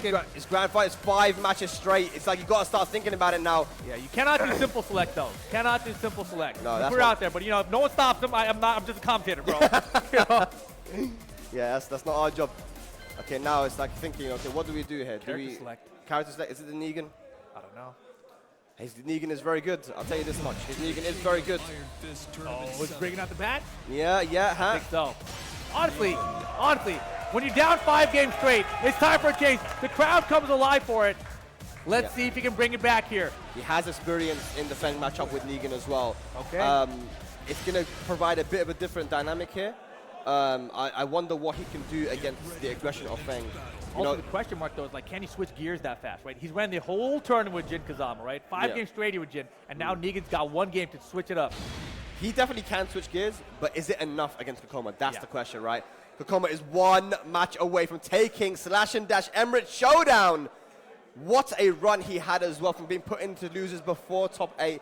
The crazy, crazy run here, especially because it was such a difficult tournament for him to come to as well. He had a lot of difficulty traveling down here, you know, so he was here to win it all. Exactly, but here we go. Potentially the last game unless Rob Negan can turn things around. Alrighty, here we go. Last opportunity. He needs the reverse sweep. How crazy would it be, though, if he did it? He might do it, man. You never know. Let's go. Okay. 1 through 4. 29 damage. Give me it again. Look at how much that was, dude. That's a lot of damage, yeah. One of the most hit confirmable strings in the game, too, with that 1, 2, 4. Okay. One thing that's really good about Negan is that his tracking is really good in terms of his jab and his down forward one. They track to different sides, so you really mess with your opponent's head with the tracking, especially down forward 2. The launcher has great tracking. Yeah, the down forward 1 and being delabeled down forward 1-1 is also such a good frustrating tool. Yeah. Out of range for the punish there. Now Kokoma doing what he does best. Good. Okay, gets a small punish. Oh my God. Yeah, that was scary. But beautiful block and the punish is there. Look at this. Negan gets the first round. Man, I just got to think that should he have gone to the Negan a bit earlier? Nah, this is perfect timing. I like that he believed in his jit for that long. Counter it, down 4 again, or down 2 again. Yeah. Oh, hang on a second. Get on this wall. Oh, he missed it. You talked about there switching gears, man. You got to get into Negan mode now. That could have been big damage left on the table. Now to come with the life lead. It's on right to get in there. Punish again. Doesn't confirm into the mid. Sorry, into the 1, 2, 4. 4-4-2 finding its mark though. Give him a little push action. So many lows. A lot of the lows have not been checked here from right because of the whole set. That's a great point. There's the low again, but now double rage. The blue stuff. Nice, good stuff there. And you can see the punish on down 2 with Negan is a lot more heavy than it is with Jin. You have the Wasani 1-2, that's 12 frame, big damage. This is crazy. Countering down forward 1. Right, if man, you lost with the reverse sweep before. Someone was able to make the 3-round comeback. Not this time! Wasani 2, that's going to go to the wall. Kick him. Man. Oh, the crowd is hella awake right now. Yeah, the back 3 just whiffs there, the low. Nice! He doesn't go into this intimidation Counter it down back 3, it's not done yet. Side roll! Oh, blue stop! Kokoma is not done. He can still win the tournament in this game. Is it going to be another reverse sweep? I don't want to say anything. You said it already. I want to say it. Rob needs to shut him out here. The Negan is looking good so far. Down forward 1-1, Yes, I like sir. it. Uh-oh, he's pushing to the wall just like that, Positioning. man. Before you even know it. Look at the pressure right now, but beautiful steps with him that time. Oh. Are we going to see the launch? Oh, man. I'm antsy right now. Yeah. It's so tense. Honestly, it's so tense in this room at the moment. We don't want to see the reverse sweep if you're someone in the crowd at the moment. Everyone on Drive's side. Nice, oh, ring he's got the 2. life lead, but the blue stuff's been landing for Kokoma. Oh, my. Finish it, man. Oh! Nice! Oh, and everyone jumped out of their seats like they won the tournament, but it's only 1K for Riot here. But now Kokoma, such a big decision here, right? He's ran the Fang, it's been working. Has to figure out how the Negan is being played, but then he still has other characters he's been running, right? He's been running the Kuni Mitchell, he's been running the Zafina. Yeah. And now he's opted to stick with the Fang way, switching it up here. Brimstone and Fire is the stage he's been running. But how much down has he gotten on this Negan so far? Yeah. I think he's, at this point, he's still calm. He is 2-1 I don't know, man. I think he's got to be, right? In this situation, if he wants to win, he's got to be calm. You have to be, but is he is a different thing, you know? I don't know. We'll find out. You can see him, right? You've seen him. Does he look calm to you? No, he never was calm to me. But right, if they're going with the Negan, and these are the 2 characters he uses very well, right? Negan though versus the Fang. You see the punish on the down 2. Wasan is so big compared to Jin's Wasan 4, right? So let's see.